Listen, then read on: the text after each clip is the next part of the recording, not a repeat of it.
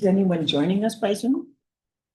I don't think so, not that I know of. We haven't heard anything. I don't think. Sometimes Shoshana has a conflict, but she usually lets us know, so she might be on her way. Did she do the minutes last time? Yes, and I sent them out Yes, they were nice. to my knowledge today. Wonderful. It's like Joel shouting from my office, I know I sent the minutes. I feel like I went to the dark side of the moon. By email. It was a while ago. You Yeah, sent it. it was shortly I after. sent them with the agenda and all that, but I could be wrong.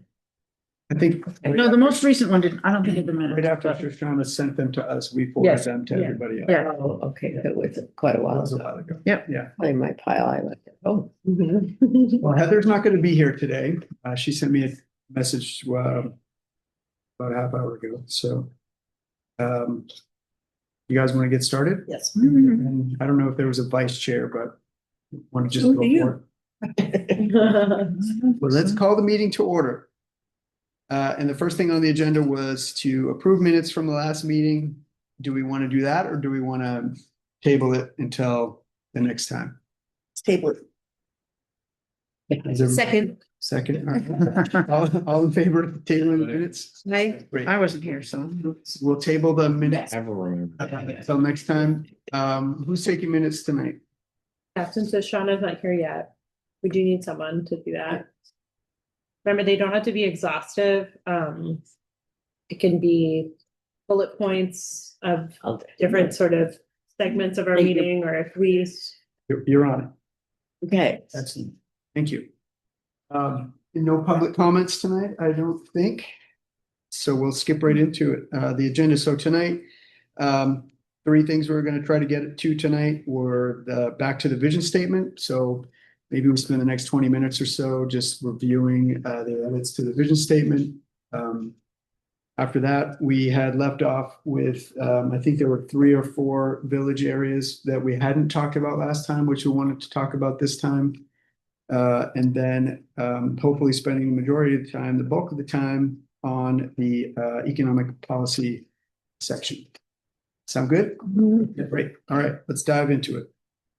So I believe Suzanne had sent around an updated vision statement based on the good discussion we had at the last meeting, incorporating suggestions and changes. So here we are with an updated draft, prefacing the discussion around the vision statement that this doesn't mean that tonight is the last time that we're ever going to talk about the vision statement. Perhaps we don't need to spend the entire time trying to wordsmith it until it's 100% perfect. But we want to make sure that we're really capturing the sentiment, the key points of what we're thinking about. And again, Gail, you weren't here last time, but just to throw this out there, the vision statement is aspirational. And I think this version is more like, here's what we are as a community, and then also has some elements of, and as we look to the future, this is what we want to be. And you passed out copies, or? No, I have copies of the vision statement right here. I'm gonna bring it up to you, and Hard copy. I think the goal for the discussion this evening is, again, like, not to wordsmith as much as continue to look at it, say what's missing. I will take notes like I did last time in the comments. So when we revise this, we just went through every single comment that everybody made and then sort of incorporated those changes. And so I can share my screen also, I think. And that way it'll be up on the screen. I wish there was a way to just bring it up on the screen, not through the Zoom. I don't think anyone is. But it looks like a little small. Is there a way to make that window bigger, do you think? That's pretty good size. I have it pretty zoomed in on my screen, so let's see if we can just expand it a little bit. That's as good as it is. That's good.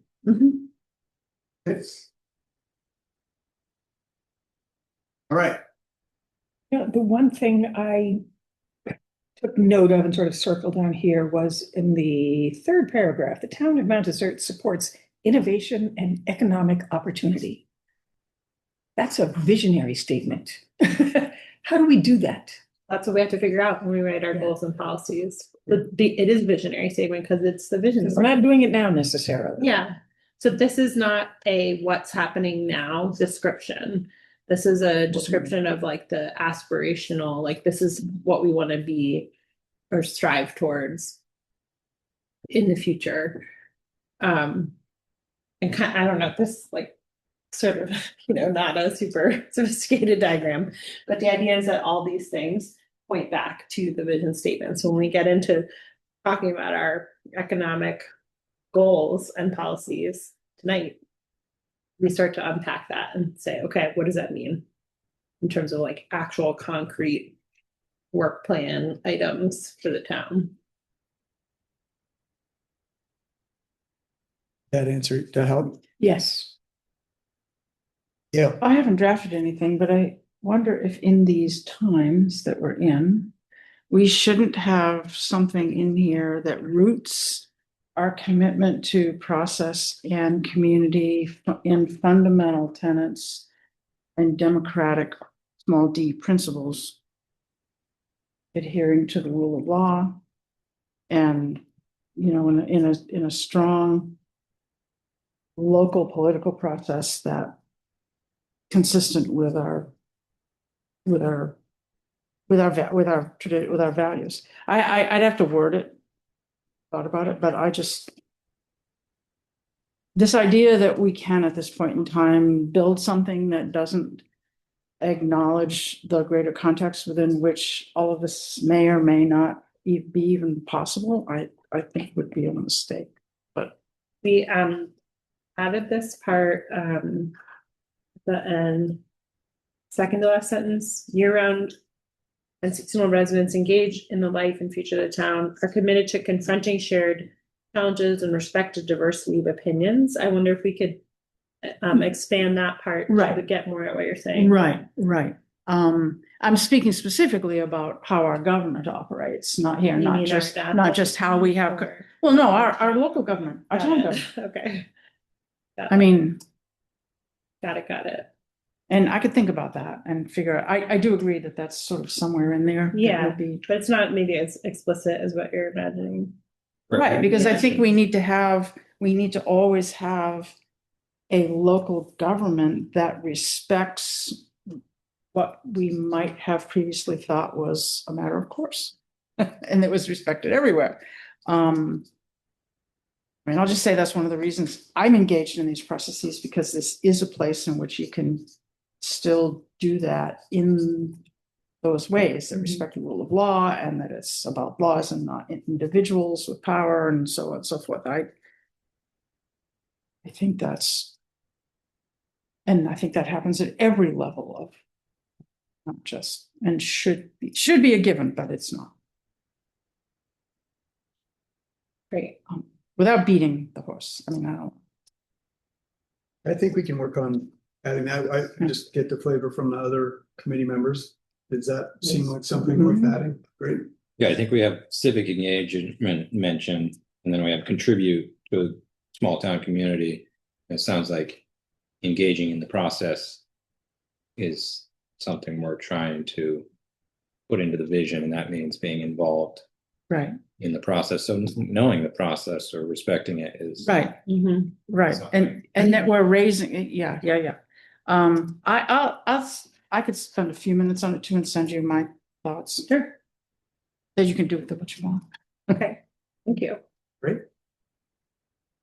all my things are little wordsmithy things.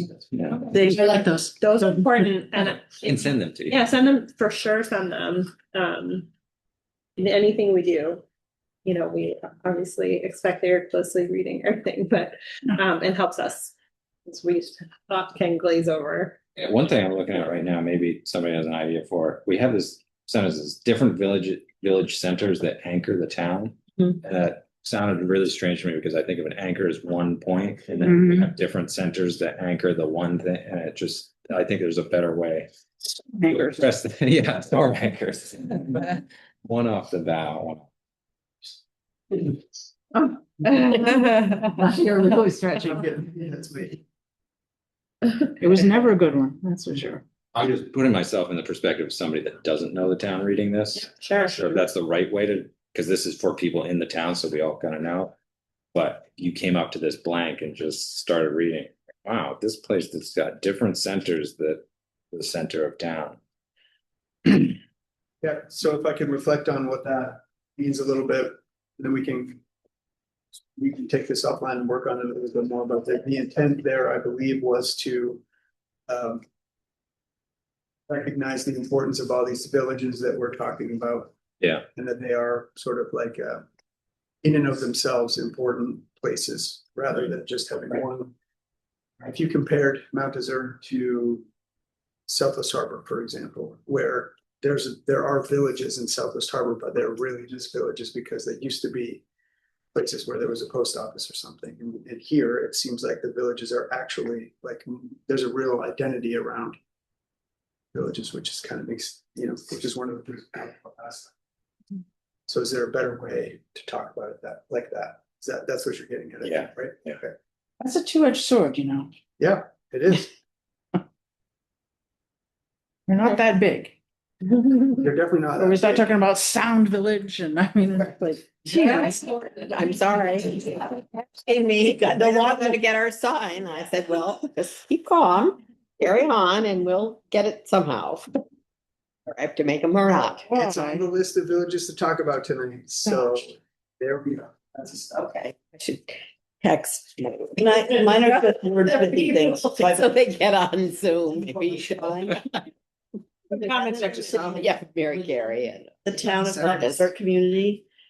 I think it's important that when someone reads this initially, they understand that we're on an island. Mhm. So if you just took out the word within Mhm. and put on the word on and drop the word community, Uh-huh. the town of Mount Desert is a welcoming and resilient year-round town on On Mount Desert Island. there you go. That's good. And then my next one is the first paragraph, the second paragraph, the first line. In Mount Desert, children are able to grow up safely, independently, and I don't understand what "and outdoors" means. I did, we throw them outside when we're tired of them. What is "and outdoors" means? Yeah. I just thought,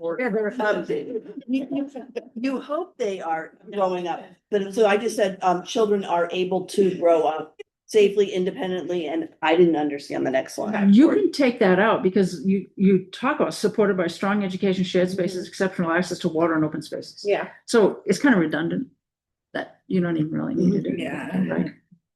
It is So what funny. would you take out? Go to your outdoors. And When mountains. I didn't understand what that meant. I Water- was- I thought, there's a word missing here, but I can't even pick one. No, we don't. How about just say exceptional access to the outdoors or something? I mean, we Yeah, can but do water, open spaces, mountains, streams. I mean, it's just like, But what's the point? Right, because it's really what we are in a nutshell. Yeah. Which is what it's supposed to be, right? Yes. And it's, What you- it's what what you we'd want- like to be. What you'd like to be. Yeah, that's. In my happy place, we're there. That's great. Where the drugs come in. That's Okay. Any other feedback? This isn't the last time that we have the opportunity to, put this, so. Yeah. And during this whole process, we're going to be taking sections of this and sharing it in other community meetings, Yeah. right? Mhm. So we'll get feedback from Yeah. those. For sure. Yeah, I mean, when we were talking about this meeting a little bit today too, again, like the point of where we are now is to have a draft that you guys are all comfortable saying, this is our vision statement that we want to share with people and get some feedback on and capturing, like we'll have this, we can have that similar sort of public feedback process. Yeah. But I know we talked about this before, we have the word affordable as referring to housing in there, and there was another word that you. attainable, Attainable. Yeah. I was just wondering if we should sure. stick to using that because affordable just has that Sure. legal connotation now. Well, in the subdivision ordinance that we're going to be proposing people act on at the town meeting, those two concepts are used.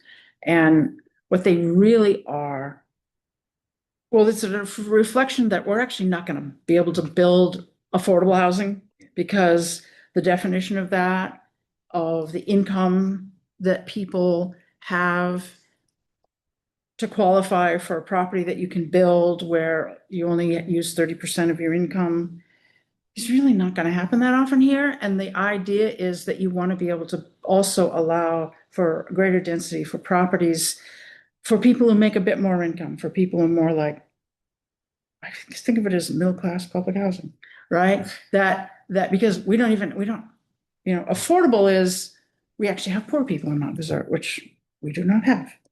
And we probably never will, unfortunately, not in any meaningful way. It's all relative. So there are two, I mean, they mean different things and they have precise definitions in that proposed ordinance. So attainable is something like 250% of the annual Hancock County average income. You could be up to that amount and you wouldn't have to spend more than 30% of your income on Housing. Housing. I think it's a little different for rental Taxes, housing. insurance and. Yeah. Versus 80% of the Hancock County average income, which is affordable housing. So so behind it, there's like this techie stuff that is trying to accommodate a broader range of possibilities. I'm gonna change it here if you guys are okay with it to say housing for a range of incomes, because attainable Yeah. and affordable are both sort of these, like you're saying, buzzwords that relate to definitions. They're all relative. Something affordable to you might not be affordable to someone else, right? So, Yeah. and we're not trying to like signal anything by the use of those words. Just the idea that people can find homes. Hopefully. Yeah. Available too. That And get up and go to work Yeah, in the right. neighborhood. What a a concept. range of incomes can find a home here. Yeah. And that could simplify it. I also would make a pitch for simply removing different village centers that anchor the town. We have them and it's great, but why? Well, you could get rid of the word centers. We have different villages that anchor the town. Or you could just say different, I mean, the anchor thing was an issue and I think that's correct. Yeah, Well, I so noted that. down the road, when we start looking at zoning issues and any changes we might want to make, for instance, Soamesville losing commercial areas. So we couldn't have a little market there anymore. That is a village center and it should be an anchor to the village. And it will have an impact later on, I think, if we change things. So I don't. But right this way, we have a business district, a commercial district, right, from Soamesville. As opposed to trying to figure out where you're gonna put cars in front of what used to be A.V. Higgins store. I mean, that just isn't viable at this point in time. So, I mean, how would you do that? Well, so I think that the rules we have in place, at least for that village, are if it changes out of village into residential, it's never coming back to, commercial to residential, like the Higgins store. Yeah. It's not going to go back. But that's an inhibitor. I think that some people had not that purpose been in place, which is now commercial. It's a short-term rental place. Which isn't There's a called whole commercial. other conversation. Yeah. But, having Higgins store there was valuable to the community to a degree. And it doesn't, and we've wiped it away because now it's residential. So I mean, that's something that we're going to get to down the road is, do we continue to allow commercial operations in village centers? And I think that's why I think that considering a village center as an anchor to that neighborhood, there's value in that. I also think it was in here too, because people talked about, a lot of this comes from your discussions, but also the survey, right? And so people talked about what makes this town particularly unique, even though, Seal Harbor, that little stretch there is so small, and then Otter Creek, it's a little more dispersed and low density, but you do have these like you have the bones. It's commercial operations. Right, of a village center in multiple places, unlike some of the other communities on the island or nearby. So part of what I'm hearing is, again, the reason why this is in the vision statement is because we're reflecting on the value that people are placing of the, the fact that there are villages, different villages in the town. And, I think we can sort of maybe brainstorm like what is really meant by the word anchor versus something else. So I think that's one thing. And I would like to just add to your discussion, your good discussion about, someplace like Soamesville, I think we will get to that. And when we're looking at future land use or some of these other things, a question really could be like and we'll use Soamesville as a good example, like what Soamesville was in the past isn't necessarily what Soamesville is or could be in the future. And so what was like the historic part of Soamesville versus what is current day Soamesville, like we should be thinking about those things, not just for Soamesville, but I'm using that as an example, so I think that discussion sort of combines your thinking and what Gail was saying about like, well, here's the reality of where we are today in that particular area. But I think that's an important thing to keep in our parking lot. But that's why it's important to also think about the villages, because there's some important transitions that have happened, but just because it was that way 100 years ago isn't mean it's going to exactly be that way today, or the boundaries of that village are maybe a little different, Right. or how we think about it. Anyway, I actually look forward to that conversation. Yes, I really think Soamesville is a really, really interesting part of your town. If you think about it, it is really like the center of your town. Mm-hmm. Physically, you mean? Geographically. I think yeah. one of the things that it's the historical piece. Yeah. If you start looking at, there was all kinds of, there was a tea house right next to Sure. where we live. It wasn't always open all the time, but it was there. Yeah. And so there were lots of, in the quarry, and there were farming, and there was bars, and there was a drugstore. I mean, there was stuff all along, and it's like that in other places, and you're kind of like, really? Yep. It's pretty amazing. So the history piece, which I always like. Right. I'm sorry, but. And that history sort of has created an identity. Yeah. That people think about, but that doesn't mean that the identity needs to reflect the moving forward, the vision part, and where you're thinking doesn't mean that has to be 100% reflective of what was happening in the past.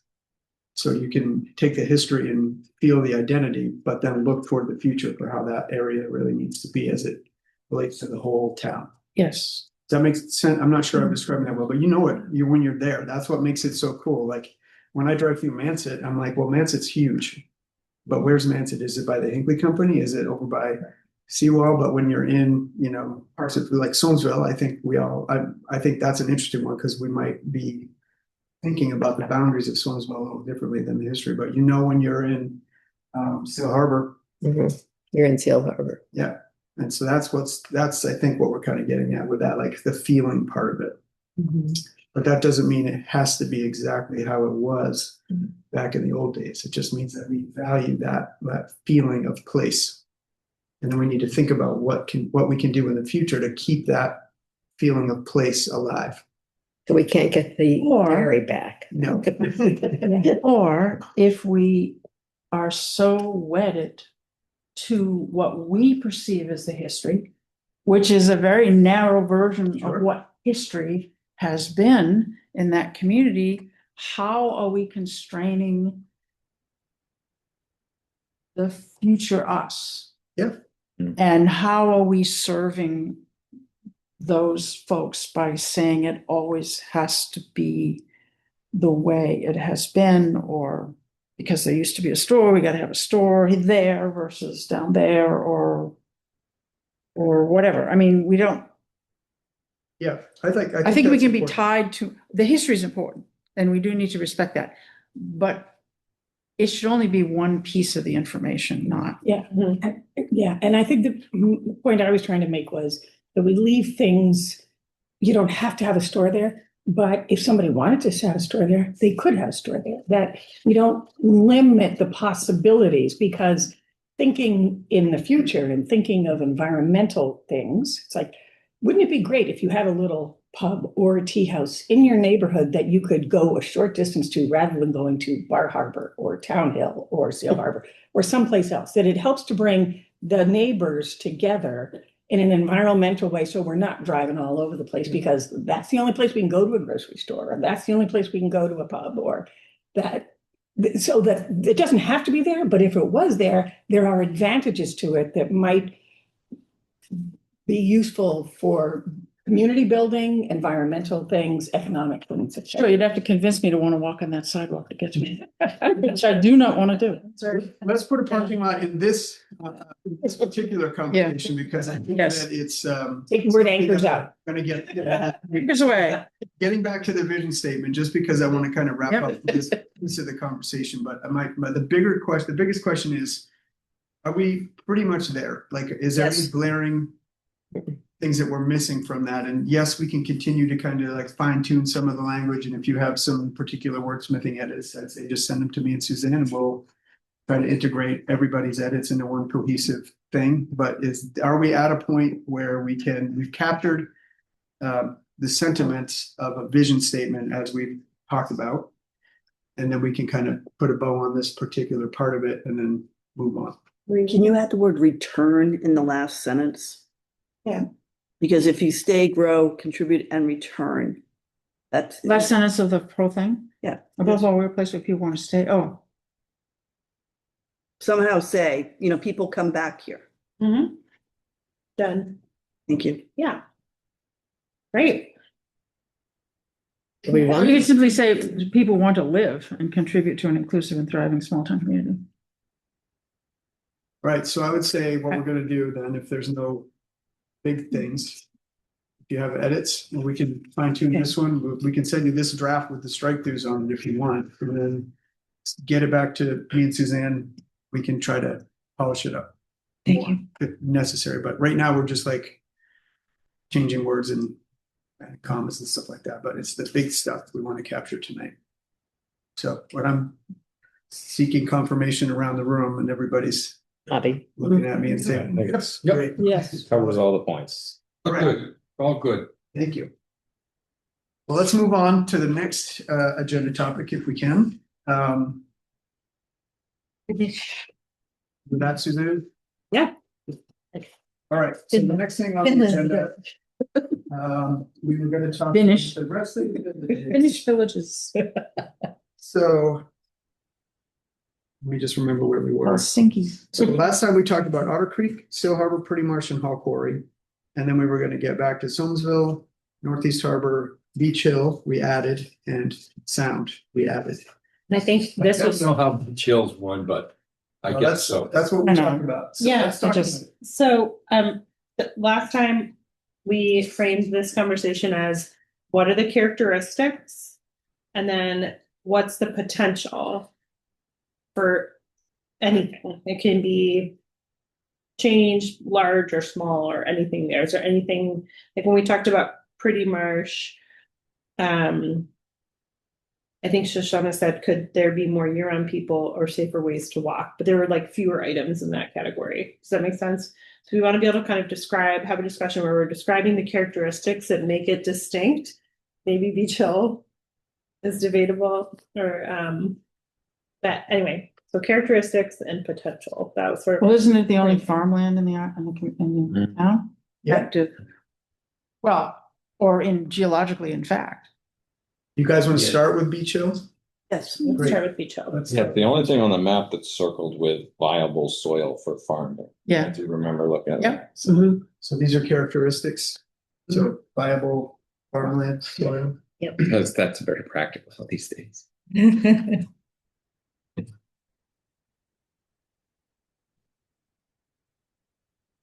The gateway to Beach Mountain. Yeah, I was gonna say hiking trails, What's that? hiking trails. Access to both Land and water. Echo Lake and Long Pond. Um, just as someone who's still like newer in this area, I mean, that driving down that road, my kids would go to Camp Beach Cliff, especially the last week of the camp season, because it's the only camp still offering camp before school starts. And it's like just extraordinarily beautiful. Yes. Looking in both directions. So there aren't really views like that on roads in other places where you're like elevated up and you're able And to you see 360 Blue degrees. Hill and yeah. But then it's also like so pastoral. It used to be the main road. Up the hill and then down the hill. With Route 102, it wasn't there, and the main road was up Beach Hill and down there. So did Yeah, I that, do remember. that must have been connected to my road at some point originally. Balsam Lane was before 102, and then went up through Up the to woods, Greenmarsh or something. up through. I don't know who owns it now, but And the other thing I'll say is I always notice I'm like really conscientious about the speed in there. I've been passed A lot by of kids. visitors Mhm. with out of state plates who like I'm driving the speed limit. There's a lot of kids and then there's like tons of people walking, Just often older people Exactly. walking, you know, out for their walk. And I've been passed Mm. by cars who are like going off to some, you And know. don't you feel sorry for them because they don't enjoy how pretty it is? I Yeah, look at them, I'm like driving along going little old lady speed limit speed, yeah. and I'm thinking, you're missing why you're here. And like if you roll down the windows on those particular days in August, it's just all like, you know, crickets and like the sun is, oh my God, it's so lovely. so one of the things that you notice when you're driving up there is that it has not been. It's largely seasonal up at that end, but it's been the way it is for a long time. It has not been, it hasn't been mansioned. Gentrified, yeah. Well, it's pretty gentle, Yeah. but it hasn't been ostentatiously overbuilt. Now, but there has been a bunch of clearing up there before you get to Camp Beach Cliff on the right-hand side. There is a clearing up there, and there's a lot. I know all about that. Do you know? What is Is it? that a tree growth reason? I live off Beach Hill Crossroad and I walk to Camp Beach Cliff, So I've probably. basically daily. Yeah. And that land, I believe, was bought by the Kellogg family and put in conservation easement. Somebody did want to develop it and the Kellogg's next door bought it for $500,000, even though they were asking 1.6 and immediately slapped all sorts of conservation easements all over it. Thank you, Good. Kellogg's family. And that was my partner Megan's dream lot. Sorry. Until we found out it was asking 1.6, Yeah, besides the breeze that would be up there. yeah. But Oh, yeah. we walk up and down the road to the Camp Beach Cliff every So it's day. now protected. It's now Yeah. protected, yes. We went That's up good to and hear. stood on that lot too. We're like, oh, this would be nice. I've shown. And I think It would be nice for one highest person. privately Or one family. owned land on the island. Who did? The highest elevation Hmm. privately owned land on the island. Yeah, that's a good thing. That's interesting. Yeah. Now it's, There's an old quarry up there.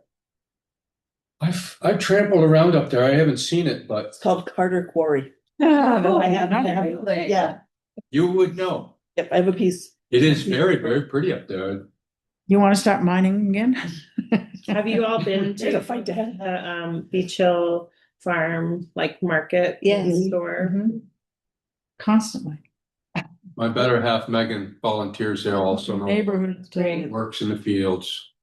And that's why He loves it. I think that something like that and it being farmland is very important because it is a place where food Mhm. can be grown it's largely sold to summer people, but Right. it's important to have places where good food can and should be grown. I mean, the only other places are like off the Crooked Road where I'll check farm. Triple Chick, yeah. There's also a But those aren't in small our town. private cemetery up there on the left. What was the second Where is it? question related to the Um, villages that we were asking? Kind of right There's the before Beach characteristics and the potential. Hill Farm Yeah. on the left would be the Carter Family Cemetery. Is it So really? what- I've been up there. So but I for don't know Beach the Hill- Carter family. we basically have the characteristics sort of like the rurally, more farmland, hiking trails, Echo Lake, Long Pond that we use, that's not overbuilt. What is the potential for Beach Hill? Is that similar to, building on the farmland stuff? It's the potential to continue to have important places for locally grown food. And that is an actual little village up there in the summer. Yeah, They have all the farm help yeah, Mhm. that quite often are not COA students. sure. So I guess I will retract my statement that there is no Beach Hill Village. I think a place for locally grown food is very, very important. Yeah. And we've, To maintain as farmland. Yeah, protect it. And having the farm stand plus the farm is like a really nice offering. Town owns an awful lot of land on Beach Hill Road itself, just south of Farnham's Way. Yep. I don't know if the town is gonna let that come up for development Right. for housing, but that could increase that whole Beach Hill community. Yep. well, there are some more houses that are gonna be built up in there. Yes, I've heard it on the planning board. Yes, there you go. A lot of dynamite blasting going on. What about the potential, not that the town has a lot of control over the College of the Atlantic Farm Stand, but I know the college has done a couple little events there, small scale events, like as a community gathering space Yeah, they there. had a bring your bowl Yeah. type evening. Have sort of a harvest dinner in the fall. Midday thing there too, right, with the coal and. Oh, I didn't know they did that. That's I fun. don't think I knew that either. Yeah. That's so Montessori. So Ruby Higgins, that's what I did it. Yeah, I mean, having a space like that is really really amazing. And the visual. Farm's been doing a lot of nice things. They have concerts there and everything. Yeah, I think that the college has been a real contributor to the community with that facility. I think anybody who drives up, and we do all appreciate the view in both directions, and if you have a whole string of houses up there, it would Yeah. destroy Yeah. all of that for Yes. everybody. So keeping public access and visual accessibility. The importance of the views. Yeah. Yeah. There are an awful lot of people drive up there, park their car, walk up and down the road. Yeah. Pretty. It's a great breeze in the summertime when it's 100 degrees. All year long. Right. Anything else for Beach Hill? Where do you think, or where do we place the whole, Farnham's Way, Sydney's Way? Is that Soamesville? Is that Beach Hill? Is that its own community? Great question. Let's make it a village. One more village. No, I mean, how do you define what the boundaries are? Yeah. I would think everything from the Pretty Marsh Road up and going down to the pond. And, the other side of the pond where, what's the name of that road that goes in, Narrows? Oh, Northern Neck? No, Northern Neck. Oh. yeah. That part, is that Pretty Marsh? Is that Soamesville? Is that? Beach? Pretty much. Well, we have the definition for the, So that's it. definition that's been created by the landing That's court. just what I was gonna say. And that defines Soamesville pretty Clearly. clearly. But I mean, it doesn't matter. if And that gets you up say- to like the Woods Road. Right, but I think somehow we have to acknowledge either in Soamesville or in Beach Hill, the whole Farnham's Way. So Farnham's Way is here. Mhm. I brought it up on This the is screen. the area that you guys are talking about. Mostly. Yeah, Yes. I would say that was Beach Hill. I don't know why And this then matters. Farnham's Way here. No. Soamesville? You said Farnham's Way is the red thing there, right? That's the reason, that's the lot that just talking. Yeah. Yeah, so that's part of Beach Hill. I think Farnham's Way is Beach Hill. You make a left off the Pretty Marsh. Yeah. Road. Sure. Yeah. Just where it is. Yeah. I agree. Anything that's along Beach Hill Road So I think. Or that- Ripple. or the roads that come off from it. Or Beach Hill Crossroad. I think that's a pretty important. Greater downtown Beach Hill. The farm. I don't think we need to bring Soames Landing up to our Right. or barrier, but they say on the other side, on one side of Beach Hill Road, you can use the landing. And if you're on the other side of Beach Hill Crossroad, you cannot use the landing. Really? You have to be north of Beach Hill Crossroad and east of. Well, and that's just the grantors of that Yeah, land decided that with their lawyers a jillion years ago. And that's just the way it is. So it doesn't really impact anything else. But I do think it's worth pointing out, though, that what we want to talk about in the Beach Hill area, if that's what it's fine for me to call it that, is the possibility for year-round housing, for Sure. affordable or attainable Yeah. year-round housing. Especially if the town does own additional land there. Near Farnham's Way. Near Farnham's Way. Yeah. Yeah, Yeah. that area, Yes. I think maybe it's- north of Yeah, where they're the crossroad expanding comes the in. Sewer system already. Yes. It's north of Farnham's Way development, all the way up to Beach Hill Crossroad, where Beach Hill Crossroad hits Beach Hill. Holy cow. Well, that would be And south. there are nice trails in there. That would be, which, if you're going towards the farm stand up that road, you're going It's on south, right? Green, if you want to check, Yes, Yeah. can you do that? So right up here. approximately.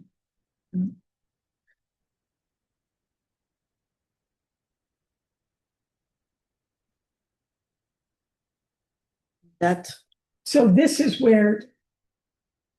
So is this Farnham's Way in here? yes. Okay, So where's the town land? Up this side? this, Okay, that's more land, so that's south of.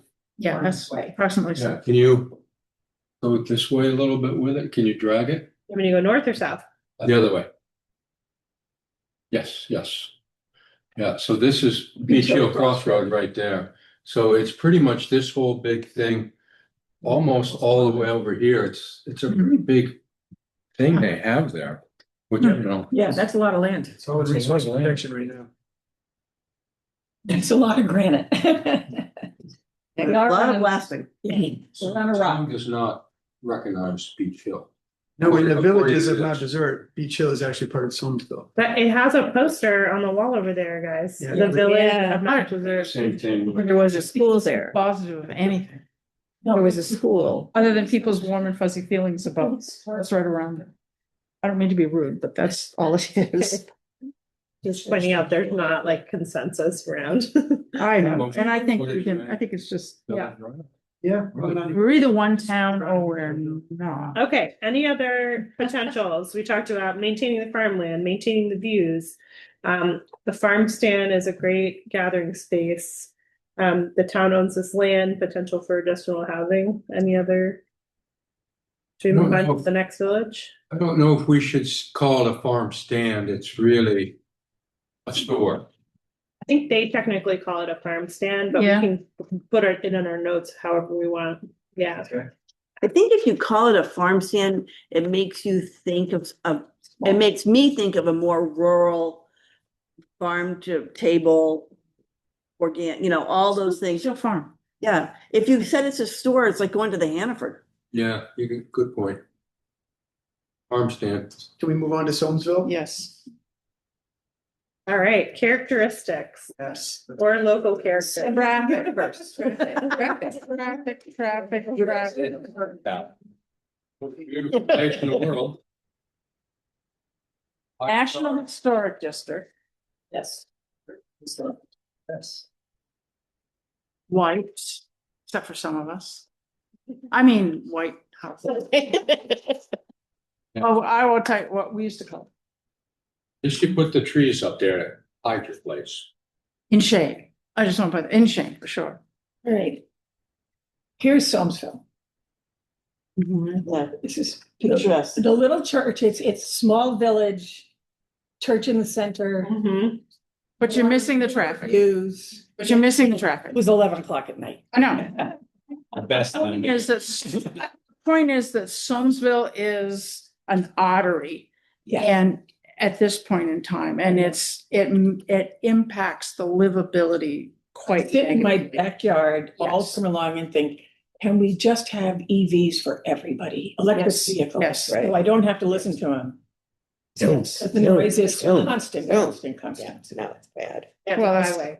That's why I have triple pane windows. Is the theater open? I haven't been to the theater there for years. Is it doing They, things? they run summer In summer. programs. They have a rec Mhm. theater all summer long. The repertory. The Acadia Rec Theater, Okay. Now we They have a now have fire a station. station and ambulance. the ambulance.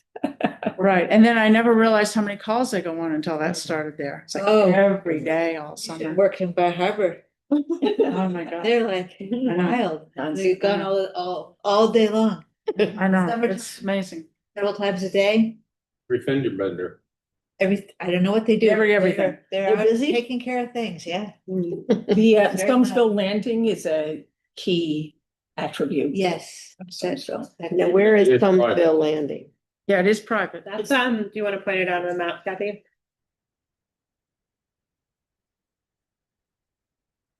That little thing there probably is. And that's So private? there's. It is private. Yeah. Private Gated. So it's for the people of Stumsville. And there's a pier, there's It a is a dock pier. there. It was established originally, That's it right No, there. that's. yeah. No, Oh, yeah, you're right. there, Well, no. Yeah, but that's the field next to the gallery. Yeah, you're right, he's right. Vince is right. He's right. So gallery is here. Yeah. Okay, all right. Right. There's the pier. Okay, Yeah. in there, yes. So Judy, if you had a boat in the Sonesville Harbor and you lived in Northeast Harbor and your boat were on a mooring in the Sonesville Harbor, you could not access that pier nor that parking area to get to your boat. Right. Because you can only access the pier and the parking area if you live within this very limited area of. So- Or you could. Beach Hill. Or you could go to Able. If you live within, Crossroads. if you live, That's where. no, you live outside the boundary. Just have your boat over at Abel's and you can walk to your. Yes, exactly. Somebody told me maybe there's another place across from Foster. That's it. No, that's it. That's it.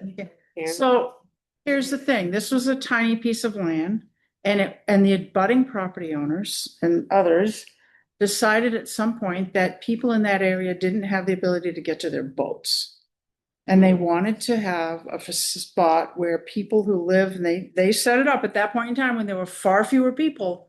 They set up with a specific radius to donate that land so that people could access their boats. It wasn't a place to go necessarily perceived as a place to go picnic or whatever. It was a place to be able to get access to the water for people who lived in that area. I believe, do I remember, was there not at some point a possibility that the town could have it and they didn't want it? It was one of those things, or was that Bartlett's? John McCauley told me back in the sixties, there Yeah. was an opportunity for the town.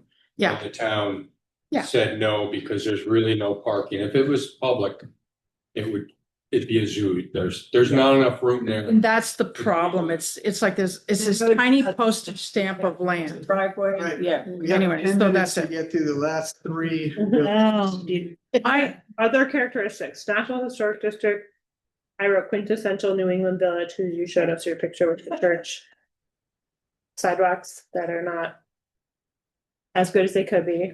Historically, it is where the town center was to start with for the town of Mount Desert. So the little selectmen's building by the bridge. Is it? That was the selectmen's building. So that's where things started. It is the artery for the entire Yeah, I wrote that down. west side of the island. I mean, we need to understand that. It's the traffic has increased exponentially since I've been there. I've been in that area about 25 years now. It's probably the most photographed area between the White Houses and the bridge and the brides. Yes, there's. And that and the price of rice is not gonna build our community. But, it's bounded on one end now by a commercial district on, north of the intersection. Do you guys think of that as part of Sonesville? Yeah, Oh, yeah. yeah. Great. I walked to the post office. And it would be nice if there were more things up there, but you're not gonna be able to do it and survive on that little narrow strip unless you widen that road or You don't want to do that. There is land above, next to the bank, there's that big. Yeah. Above that. That's like, well, we've talked about that. There's like, what, 15 acres or something up there? Fair amount of land, but it's all rock and it doesn't have access to sewer. So we don't, Yeah. I would So, continue to say in this context, we don't need to be bound by the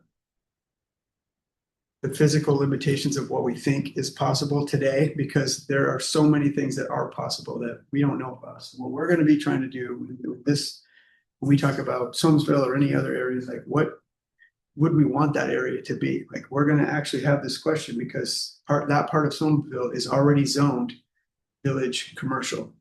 So should it stay village commercial? Should it? I mean, that northern part, not Yeah, the main near- street. Not like on your side of the. Yeah, yeah. on the- Yeah, but like, so, and we don't need to get into that today, but like, we don't, I think, don't be constrained by saying, yeah, this is a commercial area and it could be more commercial areas, and you don't need to, at this point, preface it by saying, but it'll never happen that way. We just say it, we'll write it down and we can think about it.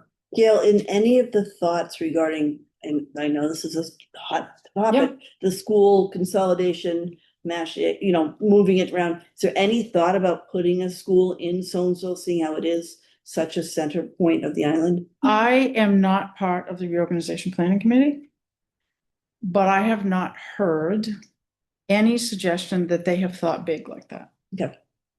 You mean like moving the middle school to? Their consensus is we want to maintain what's special about all our little scattered elementary schools. In my perfect world, there would be 3 schools, and one of them would be your pre-K through 8 for the island.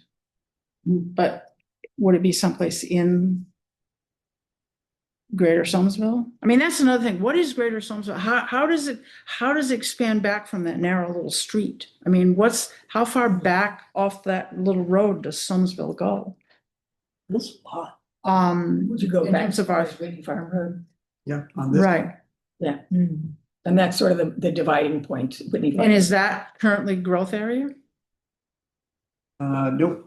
Because I have real problems, I have real problems with that town still being, in the current climate, with the current definitions of growth and the expectations that the state has set for growth, and with no water and no apparent ability to provide water within the life of this next comprehensive plan, I think it's a inappropriate idea to continue to label Soamesville as a growth area, as that term is meant by law.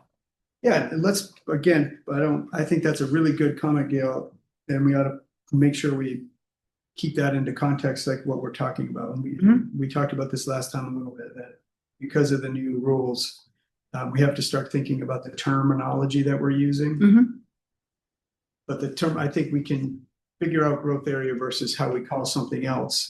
By building on the conversation that we're having now, like and now we've got the characteristics of Soamesville, which I think it is in a really interesting kind of juxtaposition from that, sort of historic small village, photographed thing to the actual fact that it's a major road network going. We should also say it's a major road where almost every house that gets sold now is going to a seasonal owner. Yes. And those are It's challenges. a major transformation. So would you say, I'm trying to make a list of potential, there's a potential to make it more year round? No, Not with there's a potential that it becomes all seasonal. Yeah. But that's Yes. all over the If, island. when I sell my house or somebody sells my house, Right. do you think it's gonna go to a year-round But the person? point is, like, we can change that, like, there's things you can do to change policies. My point is. Let's put it, there's then let's do potential it. for Let's change. The change, like, it seems inevitable, It's worth but then it. there's a potential to change, right? Yes, I mean, we had a conversation at the school board meeting last night up here, that somebody said, well, they heard, Brian said he heard that there might be a bunch more kids ending up in the Farnham's Way development when you get it built out. And I said, and they talked about how there used to be a bunch of kids coming out of that place. And I said, hey, there used to be a whole lot of bus stops happening in Soamesville. They all grew up. They all grew up and their houses went to other people. That's true in every village. Yeah, it is, but I'm just saying, yes, that would be fabulous. Okay. Do you want to add community school? Thank you. Yep. Yeah, Yes. Yeah. That's really important to. they have a lot of land.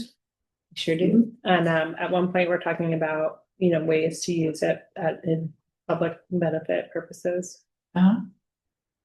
Yeah, and I think it's interesting to look at Soamesville and say, well, we basically have taken out, Beach Hill. So we have now to think about, and then we're going to sort of think about how Sound Village sort of fits into the context of this conversation.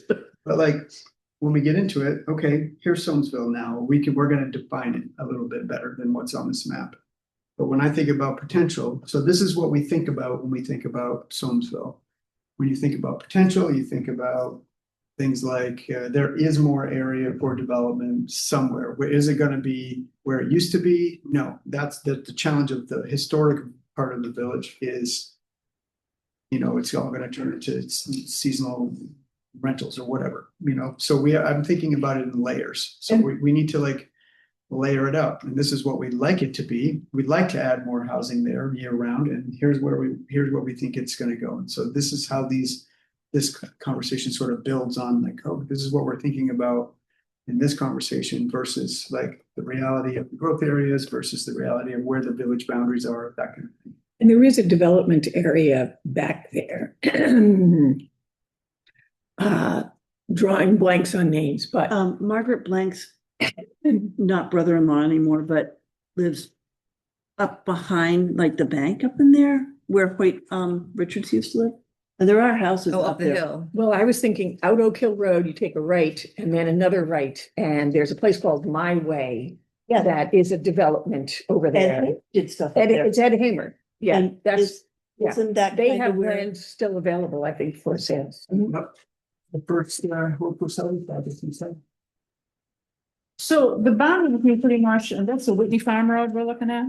Mhm. So, and we don't need to define the boundaries Sure. tonight. I'm just saying, like, in terms of why it's To think about it. yeah, and why is it important for us to be thinking about potential?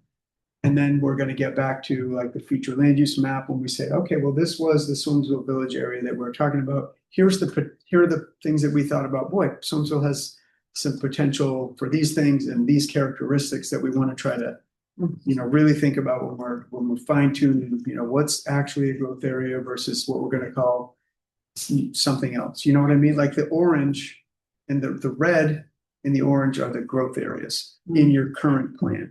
Do you, But the orange and the red might not be, we might call them something different or have them be smaller or a little Yeah. bigger depending on where we are. If you look at this map and you look at the water, you look at Somes Pond, you look Yeah. at Long Pond, and you think, relatively speaking, it wouldn't be that hard To do what? to provide water. Sure, absolutely. There's potential. I think there is potential. But it's the cart before, that's the horse that has to happen before. Southwest Harbor uses the south end along Yeah, sure. town water. We have a well and forever, we had the best tasting water. There's like 1 month in March when it tasted terrible because of all the road salt getting in. Yeah. Now, then it went bad all the time. So we have a major filtration system in our water. Yep. But there is potential to Yeah. bring water and sewer to Soamesville. And Well, sewer does, yeah. Sewer is just on the main. On the main street. road. Yeah. But there is. But it would have to be potential built out. To other places as Yeah. well. Like that's. Go up Oak Hill. So I Yeah. think that when you're thinking about potential, like maybe infrastructure is something that needs to happen in order for this potential to be realized. Yes. And so if you're thinking about it in that context, it's not a limiting conversation. It's how would we do this? We need to do these things first. Talk about that in other committees, Yes, that we need infrastructure. sure. But that's the only limiting, the technical capacity is there. You need to be committed to I actually. think our public works director has some thoughts about that. Let's move on to the next village. Yeah. Yeah, Soamesville. Now we are in, we didn't do. we haven't done northeast Forward. or sound. Wow, okay. Just walk our way around. We did whole quarry. Let's talk about sound since we're working our way back. It's pretty small, but but very important. But very important. It's got a lot of land and people are you have a boat shop? You have a couple boat shops At a restaurant. and a restaurant. Historical. Abel's. Tables is Able sound. Yes, the Historical Society there, so there's a history center. Yard and a restaurant. Basically like this. Yeah. Strip. So then Soamesville is gonna be like super small. I guess Is that boatyard still for sale? Beach Hill and the Sound would be offshoots of Soamesville. Suburbs? Yeah. Yeah. So, Yes. It's like you did Pretty Much. There's Greater Pretty Much and Downtown Pretty Much. Yes, they're far enough. Right, what else? We got the boatyard, we got a restaurant, we got. what else? Historical Society. What was that? Historical Society, is yep. there. Trails, right? Trails, a lot of trails. Access. Gateway to Trail Sergeant easement, Drive. trail easement. Where is, Town Garage. where is Northeast Harbor? Is Yeah. that the town garage? Oh, it's That got would the town be- garage. It's pretty town much. pet- north of town. Harbor. That's- Separates the two. That's Greater Town Down South. Do you guys claim the dump or no? The old dump, Simsby Park. Summonsby. Summinsby Park. Yeah. That's part of it. So that's a Is big. that part of And in sound? I don't know. Yeah, why not? Is It's it? not Northeast Harbor. It's over here, right? I think of Northeast Harbor focused around the harbor of Northeast. Yes. Yeah. Everything on the Yes, side. that's- I can get down that hill. Sound. It's a really unutilized little park. Potential. Oh, it is not, it No, depends the on. people there all the summer. time. There's so many people that's Yeah. Volleyball. a little scary sometimes. Too You many can't even get your car parked. Okay. So maybe potential for site management or rethinking how to, we did a public access at the water study. Upgraded. Kind of volleyball games. Yeah, Yeah. also the Sunday boat access. was Sunday afternoon. difficult. Always just been Yes, down very there for a picnic and then there's dodgy. Try going to Bartlett's. Off on the side. That's usually the volleyball players. Oh, sound, we got. So the town garage is part of Sound Village? Yeah. Oh, my goodness. It is now. Yeah, the trash, you know, all the trash. Good. Historical Society / school. Yep. Yeah, we got that. Yep. We said lots of land. There's lots of land, Mhm. undeveloped land. It's a place where you can meet neighbors you don't know who existed in the woods. Mm. That's A right. lot of park. That's a lot. Some of I the said park too. there. You're walking down my street. Well, I'm. So Your the neighbor. suites, so the dividing line is. Cause we were, Yeah, I get it wrong all the time. You know more about it than I do. no, but where is exactly the dividing line? It's where, North of Sergeant Drive I entrance. think the park Or south separates of the two. it, south of it. it's timber, there's timber, this where the suites. Okay, live. yeah, and then there's a little stream there. I thought it was that stream. For what? Between For the sound? harbor and Where, Sound. it's south of, it's just, Are you trying to define the southern boundary of the town of Southern. Sound? Yeah, yeah. Because I had to change my post office box from Northeast Harbor that we'd had for years to So, Snowsville. I was like, what? Mount Desert. Get over it, Judy, is what they said. it's closer for you. Well, You'll be you happy. wouldn't say that this is the boundary. And the boundaries, basically everything in Brown that isn't, we don't call Sonesville. Yeah, I mean, I'd put the community school in Sonesville. It feels Yeah. like those, Yeah. like 5 driveways up from Almost everything. Sonesville intersect.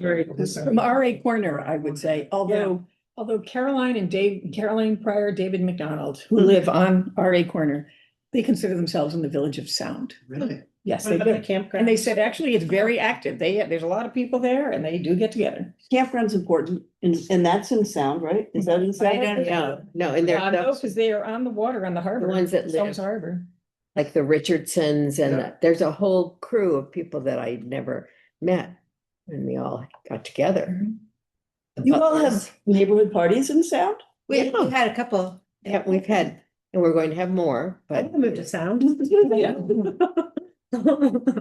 Right? Sounds I think awesome. you have the boatyards. only problem is it's this thoroughfare that Yeah. goes and the You mean speed limit 102? goes up to 50. Sound Yes, it Drive does. or. Yes, it does, and don't mess with it. The high- Yeah, but we're- Just, we you got to- just hear them. So, well, so before they finish striping this spring, I wanna lobby somebody, I gotta figure out how to go about doing that, to have it a double stripe lines all the way through from. Well, for no part. there's a whole crew of people that will Really do dangerous. that we are, I'm holding them back because they're like foaming at the mouth. Yeah, but a double Yeah, stripe.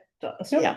But Because. it's a state road, so yeah, It'll be the state and it'll take So Route 5-10 3. years. But there's, Yards. but we can do it one night. There are 2 boatyards. no, there's drag racing and stuff. Thank you. Farnham's. Yeah. That's kind of a problem too. I don't know how you. It's as long as straight. Yeah, no, you get down the hill and go. Yeah. I'm gonna Alright. cut, Yeah. Okay. I'm cutting sound off for time. Yes. I can see there's a lot of passion around the village. Well, they've got two people that, they stack the committee. All right, let's take 5 minutes or less, Okay. 10 minutes or less on Northeast Harbor. Okay, So we're talking Commercial. characteristics and then. Commercial and municipal center of the town, yes. Marina. school, library, biggest library. Tennis. Oh, we forgot that in Soamsville, Convention Library. Community tennis courts. Ice rink. Library. Ice skating rink. Yes. Tennis courts, yeah, you put that in already, right? There's also trails, the golf clubs. Oh, yeah. Yeah. Wonderful. The other, trails. the private clubs of swimming, tennis, league. Yeah. Like every place else increasingly transformed into a seasonal community. Yep. But the trails are fabulous Mhm, They really are. mhm. They Yeah. are wonderful. and a hidden treasure. Don't tell anybody about them. okay? Right, we try to. Right. As the Coop Gardens. Oh, yeah, the the garden. Gardens. Yeah. Big hotels, couple of hotels. How's that working out? Yeah, that no, working out? I don't know. Couple lawsuits there. Never am I Thanks. surprised. Pay back all their debts. But the Kimball Terrace Inn is still there, and I don't think they're Right. being sued. So Restaurants, So, plural, restaurants. Yeah. gas station. No more hardware store. And our boat. Goya gas- Gardens boat gas has station. ocean access. You can come there Oh, yeah. by boat. Clifton Dock. Clifton Dock. Clifton Dock, yeah. Yeah, Clifton Dock. You can get fuel at Clifton Dock. One of 2 places on the island you can get fuel. What about some other, like, these are all really important, but more like general characteristics, like, walkable, it's walkable. Very walkable. Yeah. So, And it yeah. feels safe. You Yeah. can walk around Certain- the whole neighborhood. No. With sidewalks. Yeah, I don't- Summertime. Summertime Run. parking issues. Okay. What about, community gathering spaces? Neighborhood house, a library, Yeah, library. Marina. our conference room. Green. We have classes there all the time. Oh, yeah. Katie Senior Library. College, nursery school. Yeah, that- There's a nursery school.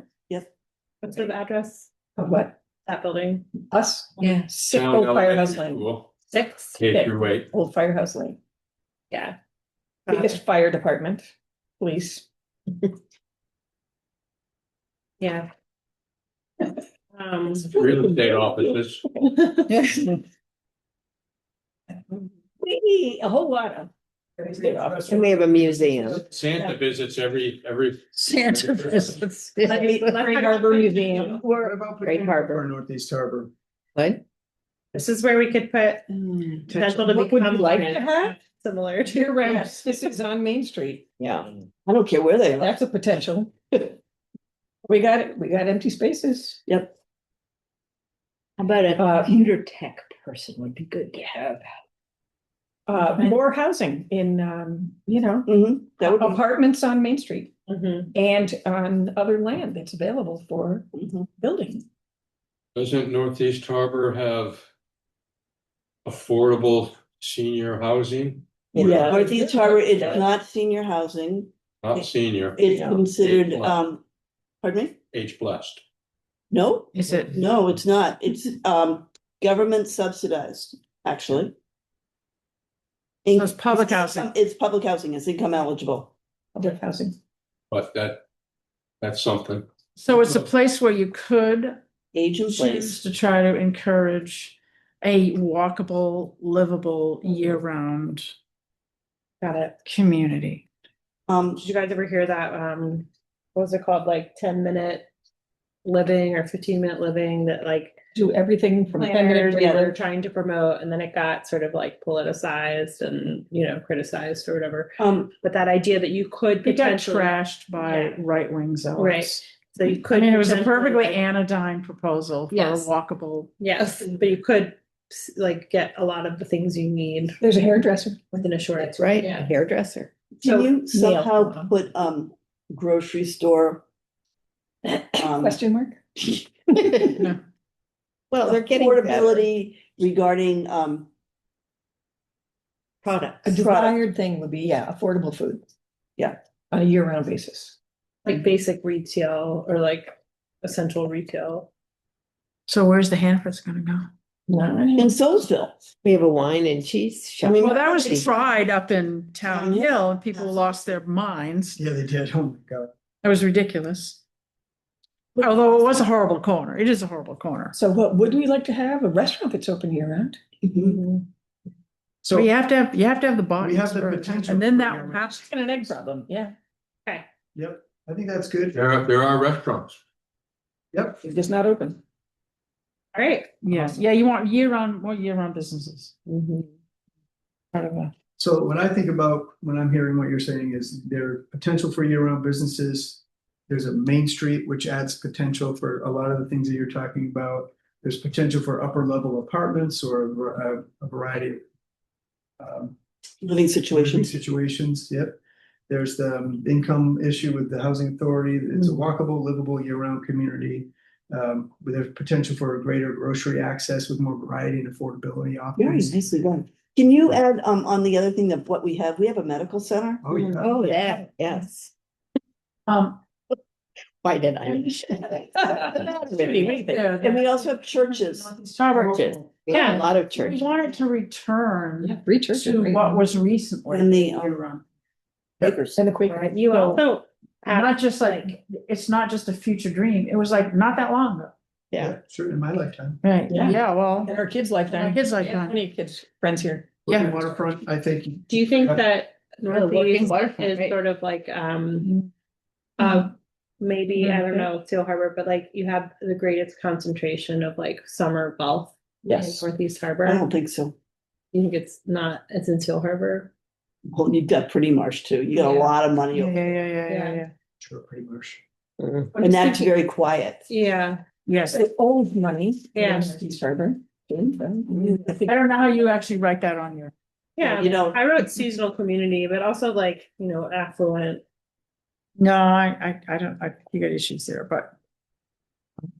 Well, this isn't What's being interesting- published. what's That's- interesting is a lot of the people who are buying up houses in Northeast Harbor, who are summer residents, grew up here in different areas as summer kids. Mhm. And now they're buying their own houses. So it's Right. generational summer residents. Well, that happens in a lot of places. I know, I mean, you look at. If in-laws in Woods Hole, in the Cape, same thing. well, Yeah. you also. And it's the same result. You don't have places for year-round people to live. Okay, All right, It's the same.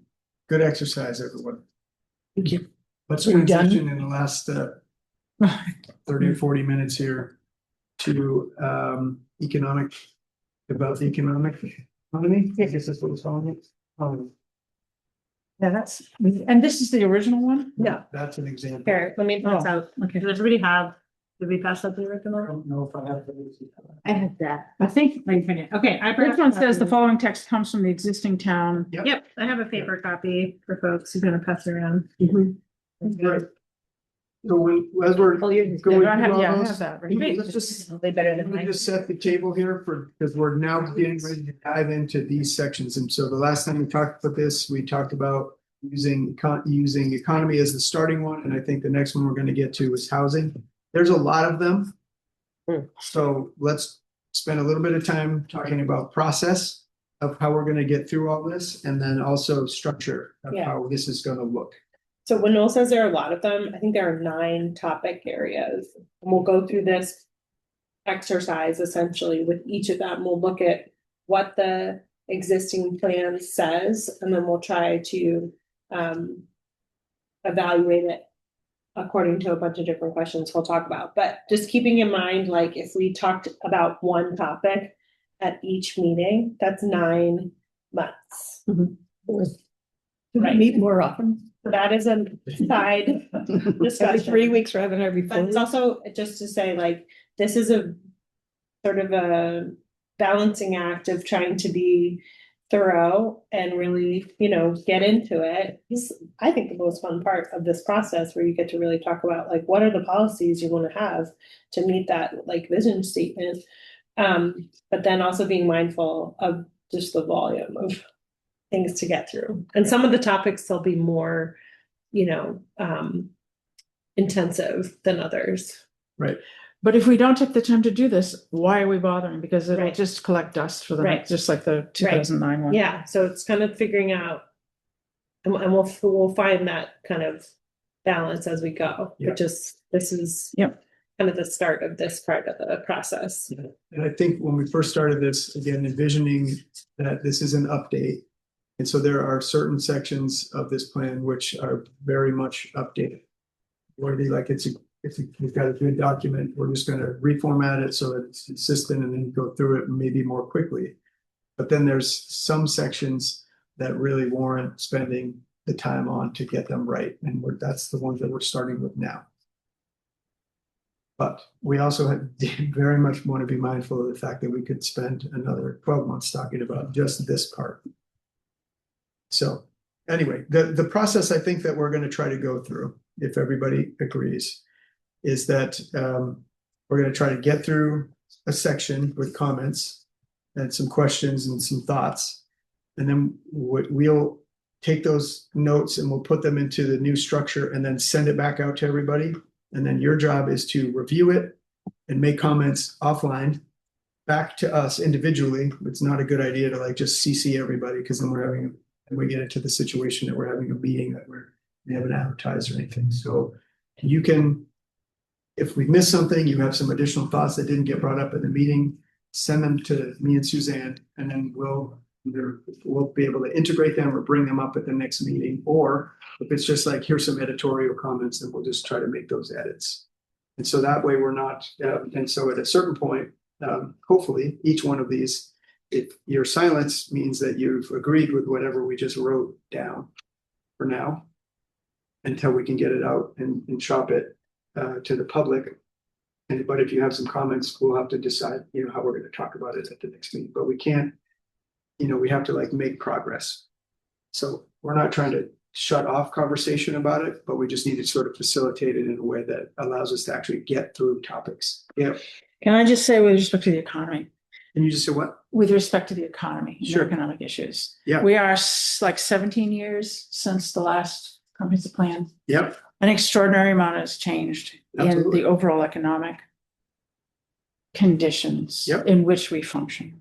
And we cannot meaningfully talk about economic issues if all we talk about is tinkering with zoning ordinances. Yeah. Because that is not going to be an accurate understanding of what the economic forces are that are putting us in the position that we're in now. Yep. So we have to find a way to talk about what are the drivers that are creating a community that's out of balance. And one of them, the biggest bear on the bus, it seems to me, is widening economic inequality. And I know that we in this town do not have the levers of power to change that, but we are citizens. Mhm. And we have responsibility to understand accurately what the nature of the problem is and advocate for better policies and better laws that would, in the long run, even if indirectly, would most meaningfully impact our ability to maintain a year-round community, which we're going to come up again, like housing. I also think that we need to understand, we get into the density issue, but I think unless we encourage our community to understand the drivers and to understand the ways in which we can use our leverage, whether it's at the state or national level, or whatever we can do locally, can we advocate, for example, for a local variation, the power for towns to vary what the tax rates are, depending upon which happens in Massachusetts and other places. Should we be advocating to our state representatives that we have state laws that change how we distribute property taxes? And so I think just tinkering with what we've got here isn't going to allow us to propose anything that's going to change there's no magic wand. I'll say this too. We're jumping ahead where we were already going to go. I don't think so. What we're suggesting here isn't just sticking with what is there. I think again, So I just heard tinkering and lots of nope, those I things. appreciate so what I struggle with is like, so we've worked on a lot of comprehensive plans and it's really easy for like Suzanne and I to like be way out here. Mhm. And so sometimes what I've observed in this group and in other groups is that we actually have to take a step back sometimes and say, this is how we're organizing this conversation. Even though you want to be out here, you actually have to like take a deep breath and be like, okay, because everything that we're talking about actually does build on all of those things. And so there really is a time and a place for exactly what you're talking about. But the first thing we need to agree on is the process that we're going to go through because we don't have all the time in the world to go over. Oh, we do. I mean, it's really your plan. So we could just kick the can. We can dive in as much as you want. But I think what our job is to try to keep this thing moving productively. So there'll be plenty of opportunity for us to say, you know what, we're not going to finish economy now because we've done some other important things. But we really need to be like, we're going to talk about economy and then we're going to put a pin in it, and then we're going to maybe tackle it again at the next meeting, or everybody's good with where we are. Like we can't just keep flip-flopping back and forth between one topic. We actually have to like get through topics. So that's the process we're trying to establish. If everybody's okay with that, then we can always revisit it. So it's a guide to how we can have these conversations. I guess I thought I was proposing a meta-analysis of the subject of economy. Which we are, and I think that's what we are going to do. Okay. And so I would say, so I have a series of questions like, here's the goals for where we are right now, which is this is not the final language of what we're going to be talking about. This is the starting point of what was discussed in 2009. That doesn't mean it is the end point of where we're going to be for 2026 or whenever we adopt the plan. So we need to get back to our inventory and recall, like, this is what we learned from the data. Do we all remember that? And then we need to think about goals, and we need to think about objectives, and we need to think about strategies to achieve the goals and objectives. So that's what we're going to do. Yeah. Part of what you're saying, Gail, I think is really interesting because that is something to start to describe, what's part of the economy, what are the things that are influencing the economy, what are some goals related to those things, what are some objectives that relate to those things. So let's that's how we're going to work through the process. Does that work? Yes, Kathy. Just a question on, as we go through these goals, and we did it with housing as well. Yep. These are all great goals. They're all still there. What I would love to know is how many of these were ever achieved? What was actually done on this, and how do we hold ourselves as a town accountable to achieving these goals? Yeah. So where are we? It's our measure. So what's the measure? Exactly. I want to approach it. The questions we're asking ourselves are taking what is written now currently in the plan and what, what's still relevant? Like, does this still apply and make sense? Is this something that's been completed? Like, this project is done, or this new like state of being is achieved or whatever. And then what's missing, right?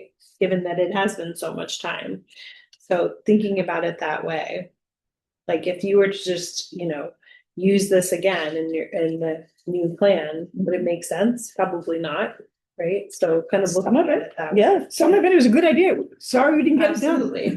But not just like copy and paste, Yeah. And I think it's the accountability side. How do we hold ourselves as a town accountable to achieving these things? Right. But my point behind my diatribe was that if we do not accurately understand and acknowledge the drivers. I get that. I mean, we were at a meeting 10 years ago at the neighborhood house, and I said, this is great, we're talking about this stuff, but until we deal with income and asset inequality, we're not actually going to change anything, and we need to think about that when we vote and blah, blah, blah, blah. And so when you're looking at why some of this stuff hasn't been done, well, we're being hit with a tsunami. And we're trying to keep it afloat with making planning board changes. But so can I just say, to get like really nuts and bolts about it, I think we should keep those discussed and keep those things in mind, those drivers, as we're talking about what that goal language should be and what those actions should be. And each of these sections, we brought examples from other plans that we've done. They will have a paragraph to introduce the policy items. We can put that language into there as well. So I just want to say, there's definitely a place for that. Yeah. Yes. Yes. So let's talk about structure a little bit, because I do think it's important in the way that we're thinking about it. And again, it's, These are just examples from a couple other plans that we've done. And so there's, like we talked about with the vision statement, there's not like one way to organize this, but generally a policy, we call it a policy guide or a policy chapter, will have some sort of narrative text to introduce the ideas, then a list of goals, the objectives, or in the case of Carabassa Valley, we decide goals and strategies. Can you send those all to us? Yeah, absolutely. There's a couple more copies of this one.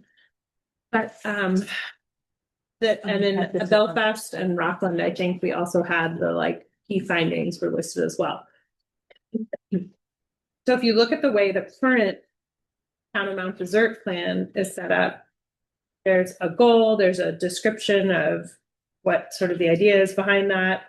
And then there's individual objectives and strategies that are nested under each of those objectives.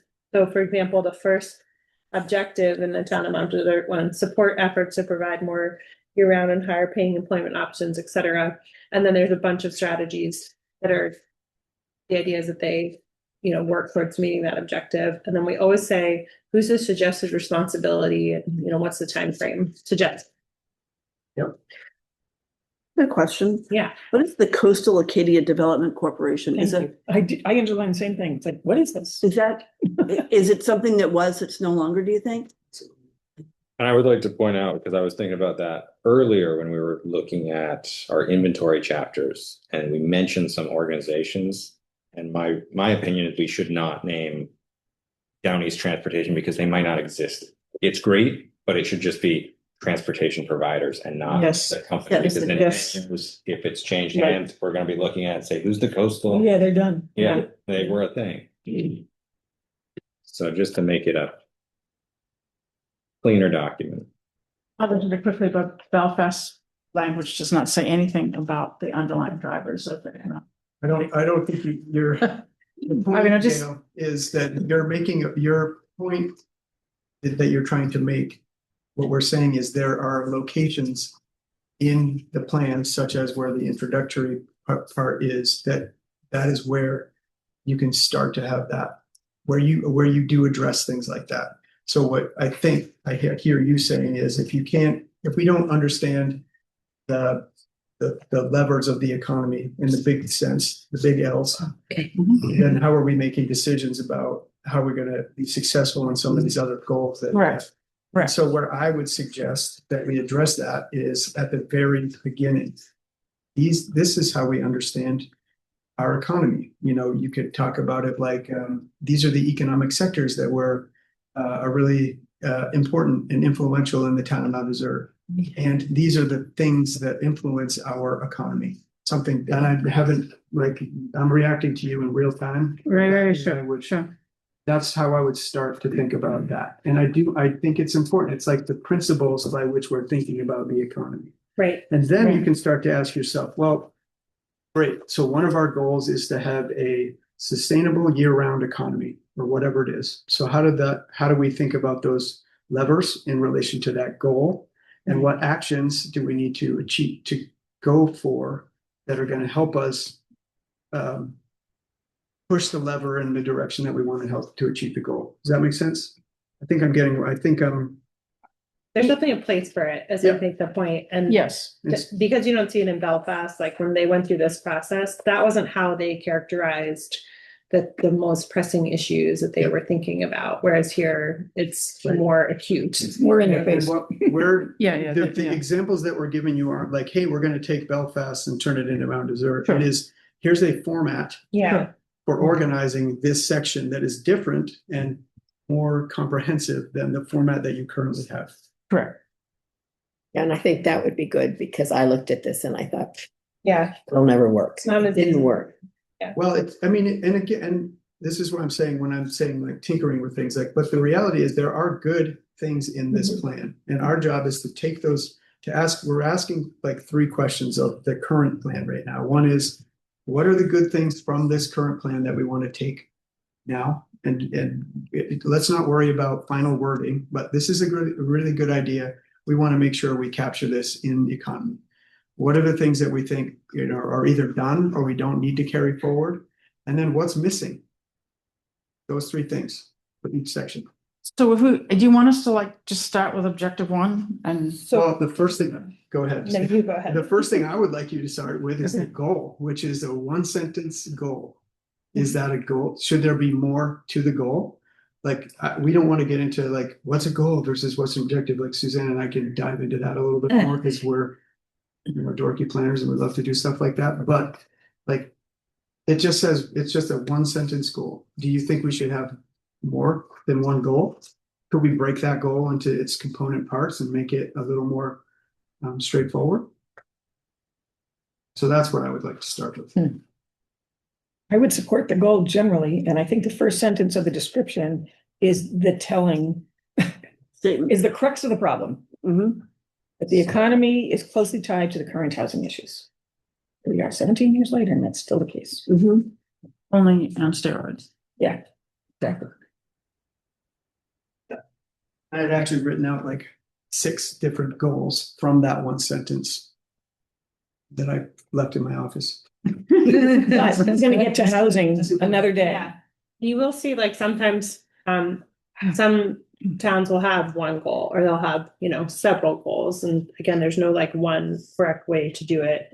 The state also adds suggested policies for economy, support the type, these are so big, support the type of economic development activity the community desires, reflecting the community's role in the region, to make a financial commitment if necessary to support desired economic development, including needed public improvements, and to coordinate with regional development corporations surrounding towns as necessary.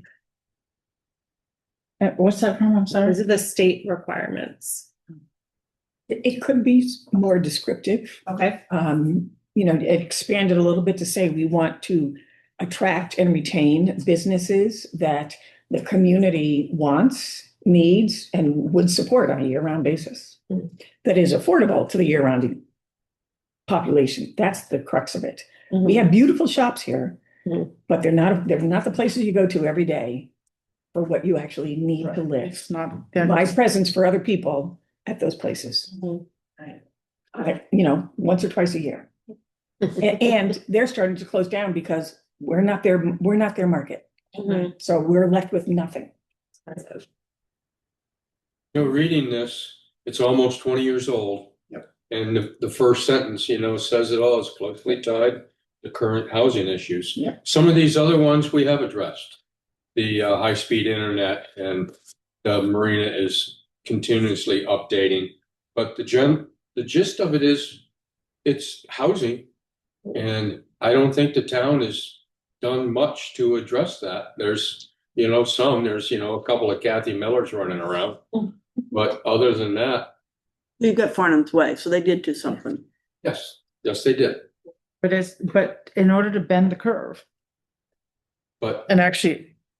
That's the full educational. Yeah, I don't know that the town wants to get into the business of being a developer, right? So I would challenge you to think that when I react to this, I think there's a whole section on housing that we're going to deal with the importance of housing. And I think that by tying housing, and you can take my opinion for what it's worth, and I'm trying not to be overly opinionated on this one, but there's so much more to the economy than just housing. And if we get bogged down and we can't do anything with the economy if we don't have housing, then we're not talking actually about the economy, even though you can recognize that housing and all the varieties that we've talked about is really important for the economy. That makes, there's other parts of your economy that you should be thinking about. Yes. Yeah. But if our goal is to establish a viable, balanced community, which necessitates the creation, at this point in time, necessitates the creation of many more opportunities for people to live here year round and shop and engage in commerce in the community. If you don't, it's a chicken and egg question. And how do you just do you want to build more of an economy where people that aren't living here, it doesn't benefit people who are living here? Because that's what you got now. Well, I think that's the question. Do you want to have, like, I guess I would ask that question. You don't have to have housing that is affordable for people to live on Mount Desert Island to still have other aspects of your economy be year round. We could have a really. Give some example. I'm wondering, why don't we just start with housing instead of the economy? You guys. That's a good point. decided. You wanted to- We decided to do economy first, That's what your decision was. was it? Yep. But let's, can you But continue? my point is, like, if the town of Bar Harbor, the federal government gave the town of Bar Harbor a bunch of land to build attainable housing in Town Hill. Mhm. So theoretically, that's part of this island's community where people are gonna live and have year-round homes that might need year-round jobs, but they don't have to be in Bar Harbor. They could be in Northeast Harbor, or they could be in Solmesville, or they could be in the town of Mount Desert in general. And that is still a benefit. Mhm. And there are other aspects of your economy that you might want to think about that are year-round opportunities that just because you don't live here doesn't mean you can't take advantage of it. That's all I'm saying. But the reality, if you're on Route 3, anytime from 6 o'clock in the morning on. Yep. Is that we have thousands of people who every day Sure. pack that road coming onto this island to work. Yep. And the problem that causes that is that nobody can afford to live here. Absolutely. That doesn't. And take away from- so, sure, there's economic activity taking place, but I would argue that other than like the schools and the hospital and the lab, and I mean, those aren't, that it's not building a year-round community in terms of commerce and, Sure. and so your point's taken, but the bigger issue is that it's not just a few people in Bar Harbor, it's like the thousands of people who are excluded from Yep. living here. And I would Yeah. argue that one town isn't going to solve that problem. Yeah, in that I have no context. problem with that, but should that be our goal? That we want to encourage year-round economic activity, not just like economic activity that makes somebody a lot of money. Yeah, I mean, I don't see why that wouldn't be the goal. Right, our current goal is to expand local year-round economy. mhm, And then we should probably add that it prioritizes the year-round citizens. Because right now it just says for the citizens, seasonal residents and visitors. So you could assume that, oh, let's do it yeah, year-round economy just for the visitors. That's not what we want to do. So we need to prioritize year-round residents as part of that goal. And then I think that goal should, I don't know. That's a goal. I want to tuck in there like an action item of like through reducing the restrictions on what you can do in the town. Because And that's the first strategy. that's the first strategy, And right? so what was done? Yeah, they said they made it so it's not overly restrictive, it's still restrictive. Well, so when I look at that strategy, I say, and it says, review the table of uses to do this. Well, let's be, maybe as we're getting into it, we could be a little more specific. Is it possible to go through these things and say, has this been done? And what was the result of that? Because this is, as you said, 17 years old. Yep. Sometimes, some of it. I've actually tried to do that, but it's not that, I mean, they're so broad. There are a lot of broad actions that, yes, you know what, the planning board and the Uzo committee has gone through the table of permitted and conditional uses to think about that. but we still need, Could it actually- continue to be better? And they because did. it's often done. They fiddled with it. They Have didn't they, rip the page. or have we updated and clarified the land use ordinance definitions for commercial and home occupations? Yes. Have we provided DSL, blah, blah, sure, we've done some of that. The town did do the internet. I think it's almost at 100%. Yeah. You were on that committee. I was on the broadband committee and we made agreements Yeah. with Spectrum that every street, every property should have access. And we paid a boatload of money and we got money from the county to do that as well. And we pay a boatload of money every month to them for it. Exactly. We do. And it's not fiber optic, it's still cable. Yes. It's not fiber optic. So we're all waiting for Fidium fiber to get over here.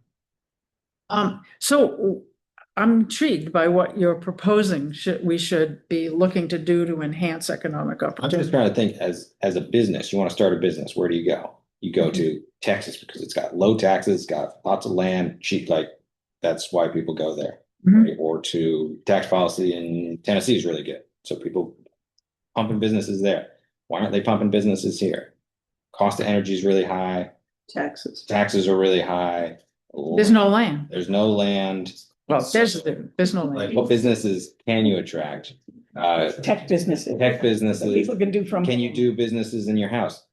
Very restrictively. There's a lot of state policies. You can't do this, you can't do that. It's like, so it's not attractive to start a business. So what can the town do on their part? We can lobby the state to reduce home occupation licensing, whatnot. But as a town, we can remove a bunch of the restrictions on what you can do. There's that whole list. Who had that list? At our community meeting, I think Walls, Kevin Walls brought in the list of everything that you're not allowed to do. Right? In residential one, you can't do hardly anything but sleep. You know, residential, then you get the rural woodland 5, and all of a sudden you can do Anything. anything, right?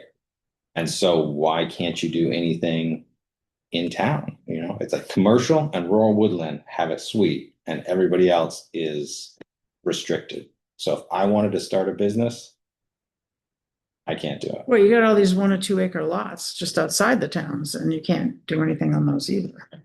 Yeah. So there's a lot of land that's underused. But we do, I mean, I'd be hard pressed to want to use, I get what you're saying about the economic miracle of Texas and Tennessee, but there is a cost to that sort of thing, if, depending on what kind of oil or gas production facility you want on your neighbor's property. I mean, you do have to think about. I think the bigger point is that what are the ways to make it easier to start or establish businesses in town / In residential areas. So what businesses are allowed? Right? You're not just saying residential areas, like you're. That's a for example. I just see residential as the most restrictive, and I think my neighbors down the street, if they wanted to start a hair salon, they can't because there's parking requirements. How many customers are they gonna have? They're gonna have 2 customers. It's not a problem. You can park 2 cars on the street. It's fine. And when they get 2 more employees and they upscale, they're probably gonna move somewhere else. They're going to move to downtown Northeast. They're going to move to Bar Harbor. They're going to move to somewhere. They're not going to say, why don't you drive all the way out to Seal Harbor to get your haircut? You know? So I don't worry about that. Businesses expand in the middle of a residential area, because that's unfair to the residents of that area. I think it depends on the business. Yeah. I think Vince's point was like, that example was like, that would stay pretty small until the point at which it wasn't appropriate there anymore. Right. You can't fit a Walmart in a 1/4 acre lot, so it's never going to happen. Right? You're not going to have. But you could have a daycare. But you could have a daycare. You know, there's a mechanic in Otter Creek that works on cars. He's got his little thing. You don't have VIP auto service there. It wouldn't fit. Right? But you can have a guy that works on 1 car at a time. Is that a permitted business? No. In residential zone, you can't work on cars, you can't work on boats, you can't have your traps. have your traps, you like. So I just wrote, and this is not necessarily, and I'm typing stuff out and it's up on the screen for you guys to see. This is not necessarily meant to be like the end all be all goal language, but I'm just we're brainstorming right now, right? So I'm just trying to note down the things that you guys are saying. So making it easier to start and establish businesses, particularly in residential areas. I think the other thing is increase mobile phone coverage. We've done really well with, Internet. DSL and everything else, but the dead zones and the seasonal dead zones Yes, are detrimental. yes. And dangerous. Dead zones? You Can't can't, get cell coverage. I mean, you can't get cell coverage. You ever try to use your, I guess if the town could designate possible commercial areas for the future, that could help with, more businesses. you know, we may put, you know, this section here as a possible, no, I don't want to say business park, but business park. An area where commercial activity could be brought in where there is not housing now.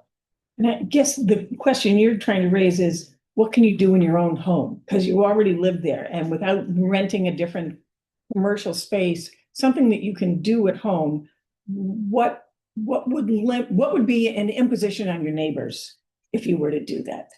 Is it smells? Is it noise? Is it lights? Is it commotion? What impacts the neighbors? Motion's a good word. Commotion. Right. What impacts the neighbors that say, sorry, you can't do that work at your home? I think it's already very interesting since COVID that we have so many people doing work from their homes. And it's just like under the radar, like Lauren does computational genetics Exactly. from our house. She's working on a computer. Right. She's- Yes, she has yes. a mouse lab going in her. Correct, and there's not traffic and there's Right. stuff like that, but there's a ton of that's going on, but it's just a different. Technology based. Yes, My Yeah. better half, the person that lived right next door to her built a bread oven, a bread business.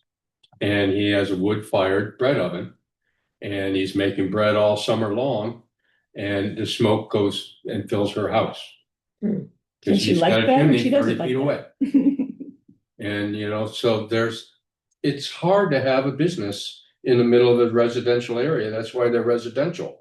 Well, that's I what I'm saying understand is, that, you know, but she's got a business and she's got a business. So what are the conditions of a business that are making an imposition on neighbors? Yes, Right. what are the appropriate types of, So smoke would be one of them. that may not be appropriate. and where do short-term rentals fit into this concept of business? Because we've already got lots of people who are monetizing residential areas and running them essentially as businesses.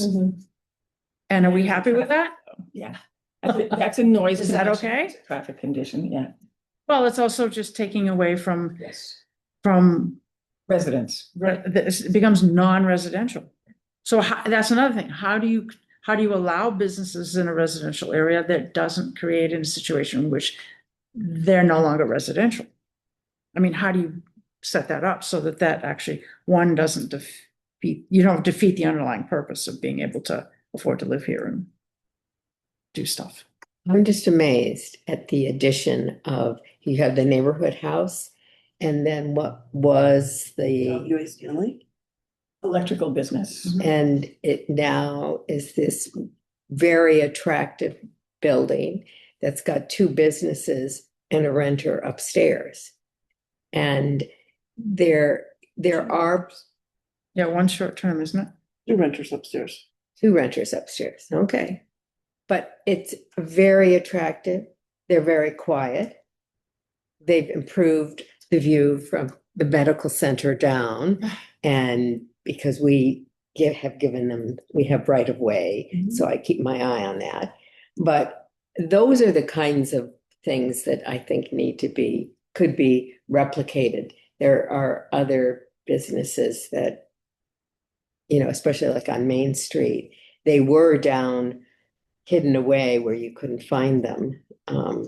Oh, the The surveyors? The surveyors. They're above the Like ground. the wheelhouse. Yeah. They were at the wheelhouse. I was gonna say the drugstore, but you can call it the wheelhouse if you want. spelled out what you can and cannot do. It is spelled out. Yes. So is it something to be reviewed? Yes, Yes. I think that's what Vince is suggesting. Yeah, as a- yeah. I don't want to put too many words in my mouth, but as a strategy, we could Yeah. refine the first strategy and say, we need to, I think there's some fine tuning of the first Yeah. strategy. Is this a good time for me to mention that we could really use some good minds on the land use advisory committee, because we're really thin Yes. and we really need to have people who are willing to I'm all ready to do an Yes. overview of the table of uses, Yes. but we don't have the bodies and we don't have the people who are like willing to dig in and do that. We just don't have it. Gail and I have tried, and it just sort of always does. If I join that, that'll be committee number 6. Well, you left already. Yeah. You're disqualified. Let's move on to page 2. At the top of page 2, it says, I'm joking, but participate in regional efforts to diversify and strengthen the Hancock County economy. This includes, that's the reference to coastal Acadia. So we want to take that out. I'm sorry, Where are you? It's the Oh, here we go. first objective, 1, 2, 3, It's in fourth. regional efforts, Oh, okay. fourth objective, fourth strategy, strategy, the first objective. under the first objective, sorry. Oh, Okay, so existing plan, it says participate in regional efforts. Sorry, I'm tracking changes. It may have Yeah, yeah. changed the page number. So we need to take out that reference to Coastal Acadia Development Corp. Please. Yes. Yeah, and then, supporting endeavors of other state and regional organizations to promote this goal. So one thing the state does ask for is to show a commitment towards like regional collaboration. There'll be a whole section. We sort of brainstorm that. yeah, that makes them happy, that's fine. Yeah.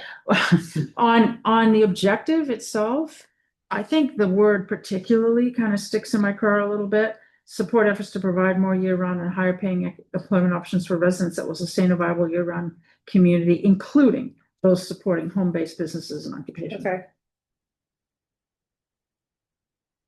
Great.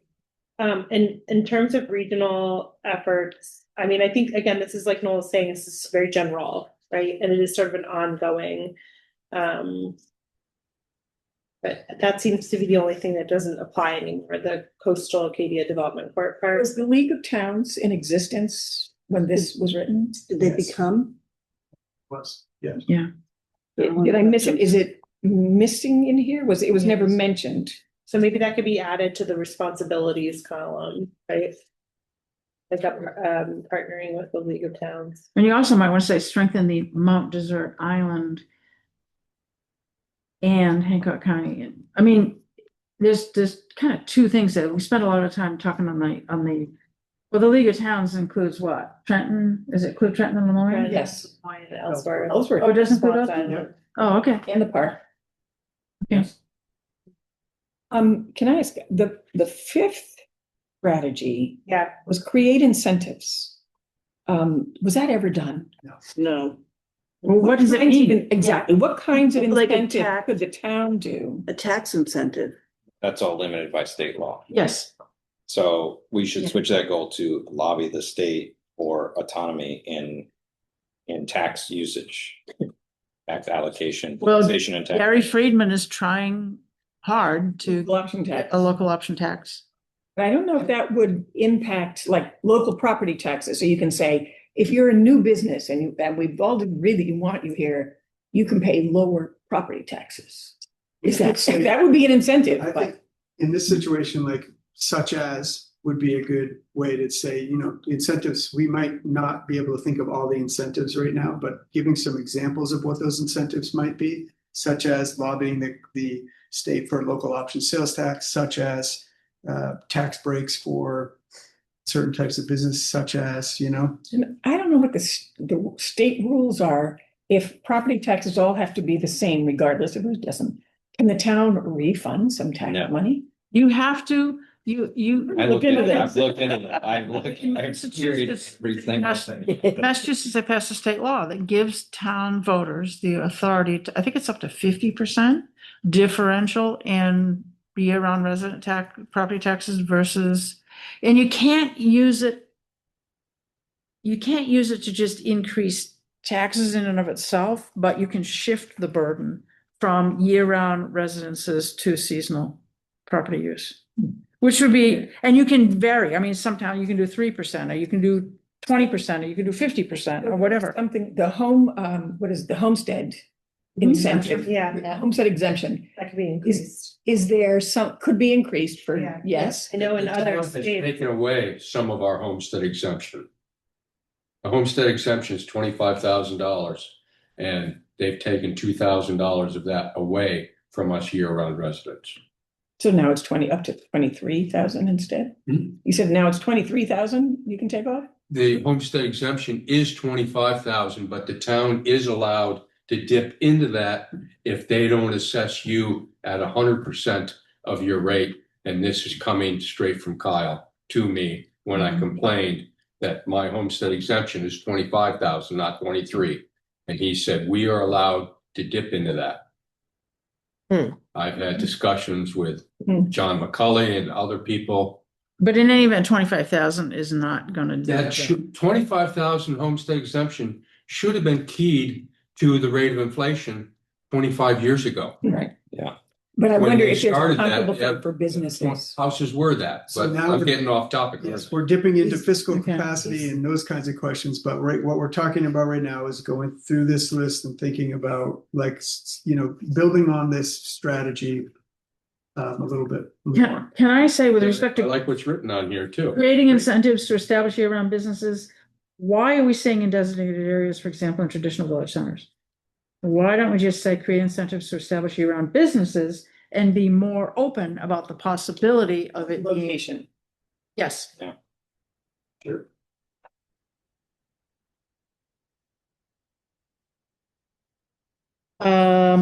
We don't want those I think- anchors to drag. Do we have infrastructure improvements? Because they want to you want to direct that type of business development in areas where you determine that type of growth really should be. Well, use Beach Hill You're right. Farm as your example. We don't want a huge amount of, the appropriate kind of businesses there. Right. Yeah, The next one is invest in infrastructure improvements that will support the fishing and shellfishing industries. I invest in infrastructure improvements that will support viable year-round economic activity. So why do you think it was called out specifically in this current plan?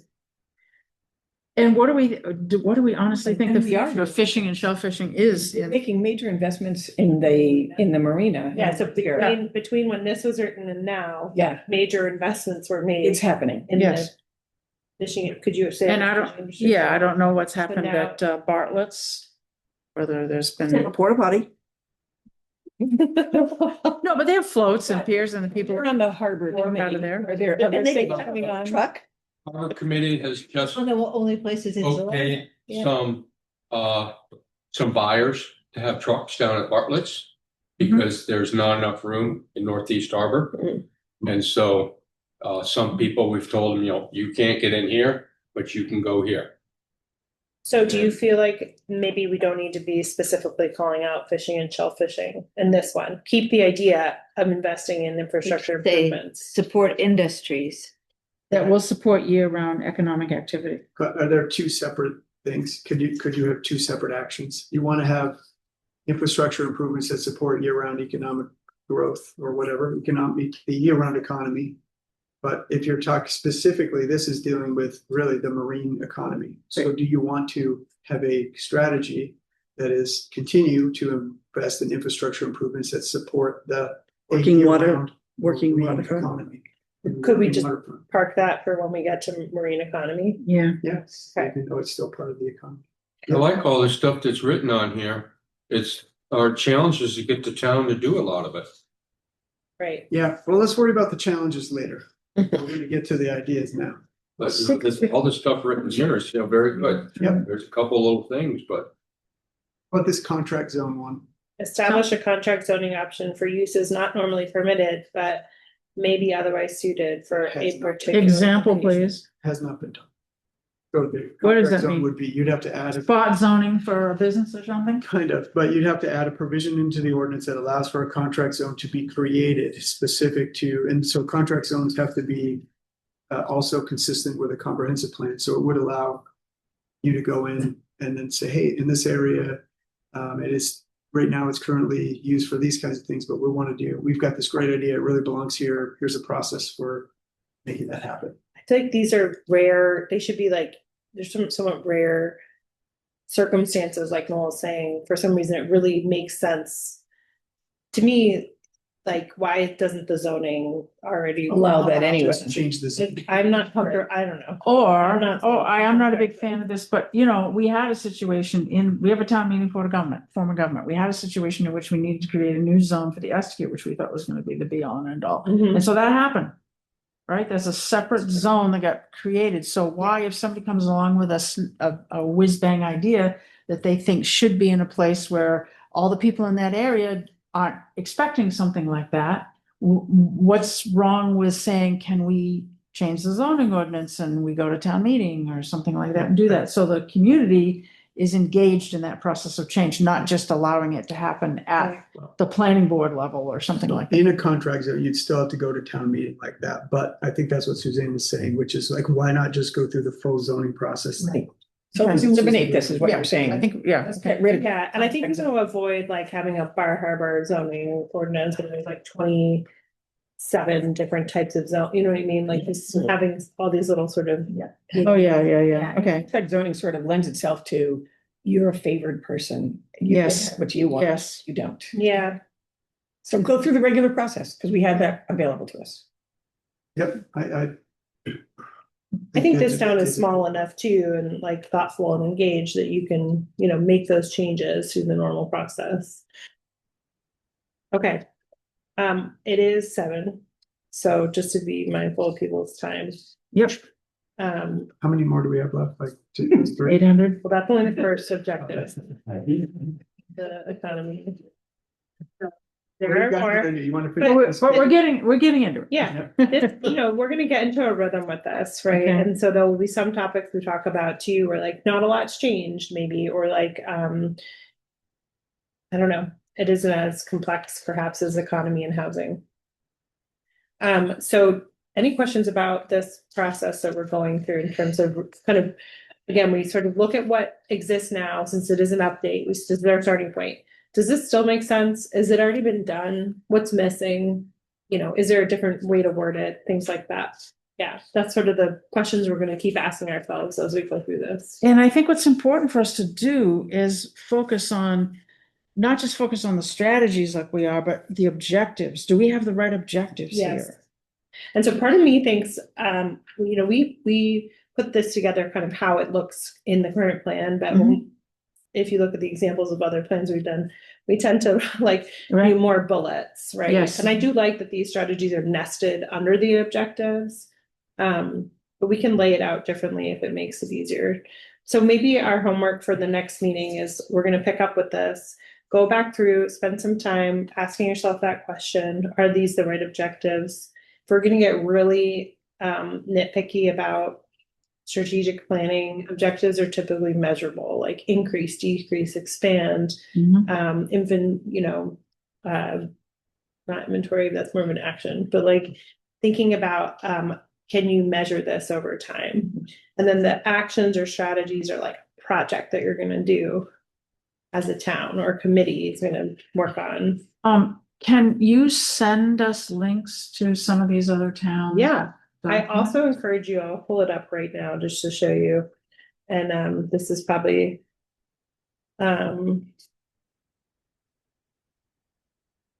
the Municipal Planning Assistance Program, where all the information is about comprehensive planning.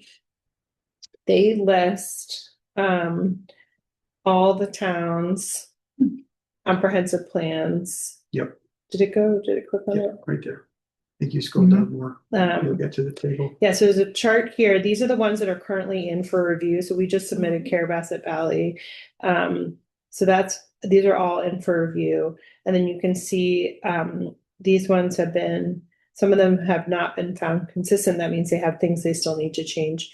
That's consistent with like the state regulations. But you can kind of go in here and just see all of these towns do it differently, right? And like a lot of them the committees are doing it themselves with no, outside facilitator coming in. So, yeah, it's kind of interesting to see, like what they look like. I think if you really want to get into it, but it's sometimes really helpful just to say, hey, you know what? Sorrento had a really good idea that we think might work here. And then we can figure out, like, we don't need to reinvent the wheel if other towns other people are thinking. This is a ton of work to see. Yes, thank you very much. That's why I'd like to know some about the ones that you may be intimately familiar with. Yeah, Start so- with those, because I am not going to sit down and just start reading Yeah. through One thing 35. I think might be helpful is if we were able to take the format of these drafts and like just even without going into a lot of detail, like change the format to be closer to what we think might be how we're going to talk through it, rather than just say, here's what's, I don't know. It's one way to visually, if you saw something differently, laid out differently, like what Suzanne was just saying, if we had the goals with the strategies underneath them, it might be easier to talk through. So I guess that's what I'm saying. So if you've presented us a couple here, if you Yeah, could, so if you think there's some worth Yeah. looking at, if you could just give us links to Yeah, those absolutely. documents, and then we could absolutely. just breeze through them and And yeah, ultimately it's up. you could give us a quiz next time. Yeah, right. It's up to you guys to decide what makes sense, what like communicates the ideas. They're all, nested together. So how does it make sense to communicate those individual pieces? Yep. Yeah, we can send that to you. You've done it in those examples slightly differently for each town because. Yeah, Based on the Yep. committees. Yep. Yeah, I sometimes like here's all the goals listed out, here's the objectives, here's Yep. the actions. right. Great. Thank you. So it seems like our homework is to look through the rest of this. Should we also look through housing? Yes. Yeah, we'll send Do you. as much Mhm. thoughtful footwork as possible. Yep. Mhm. So when we meet, And let's then just you go don't around the want to table. do residential. So again, those three questions, like, I don't know if you need to be super hung up on, let's make sure we go through and say, has this already been done? But yes, we should be asking that as far as we know, has this been done or not? But like, yes, is this still a good idea? Do we want to tweak that idea? Or has this already been done and we don't really need it here anymore? Or in the case of the one we just talked about, for the contract zone, that's just not an idea we want to do anymore. Right, and like what's missing, Yeah. since it was so long ago that this thing was done. Can I ask a random question about housing? We have statistics about the current so-called vacant housing rate. Do we know what it was like in 2009? We can go back and look, the census does, have historical data sets. It would be good, like when we last did this comprehensive plan and we said housing. What was the data and Bad what is was it now? much worse. Yeah, than yeah, exactly. I think it's important to be able. What's interesting now is that I think they do it through like the PCS. American Community Survey, which is sort of the intermediary survey. It's not a count, it's like a survey in between the decennial census. But they now also break down if it is vacant, for what reason? Is it vacant because it's for sale? Is it vacant because it's for rent and hasn't been rented? Or is it for seasonal use? And so you'll see that pie chart in our area is like, 98% vacant Right. because they're for seasonal use, not because they're just like, it's a community that's fallen on hard times. So in 2009, it would have been, the real estate market would have been bad. Yes. So that relationship might be different than it is. It might even be worth looking at like 2000, because Yeah. they're writing that plan in like Big Ivy 2007. Bits. Oh, 5. Yeah. So Megan Bailey, who lives in the town here and works for the state financial department, It would just- has offered that there's somebody in her office who can do a lot of like town data for us. So if you want, I can reach out to her Yeah. and see what we can find. I love that idea as a great lover of data. We've already done our data analysis and inventory, if we feel like there's something incomplete, we can always add to that, but I don't want to necessarily derail our policy setting part of the plan with like more data, but it's if you think there's something missing. But you think we have what we need? Yeah. A I comparison. think so. I think Yes. we all can sit around probably and figure out a lot of what needs to be done policy wise. Yeah, I was. Yeah. This is the challenge with data. It's like, how much more data do you need to get to tell you the same exact answer? Exactly. It's bad. Identify the problem. So we already know it. Yeah. And yes, it was bad enough back in 2009 for them to actually put this pretty high on the list. So Mhm. nothing's really had changed Yeah. since then. So then Gotten worse. maybe, your next question might be, so what do we need to do? What's preventing us from making the change? I mentioned a possible. All right. To adjourn? Yes. Second that. Bye, nobody on Zoom. Bill. I. Good job, everybody. Who was our note taker? Judy. How you doing? Yeah. Who has it?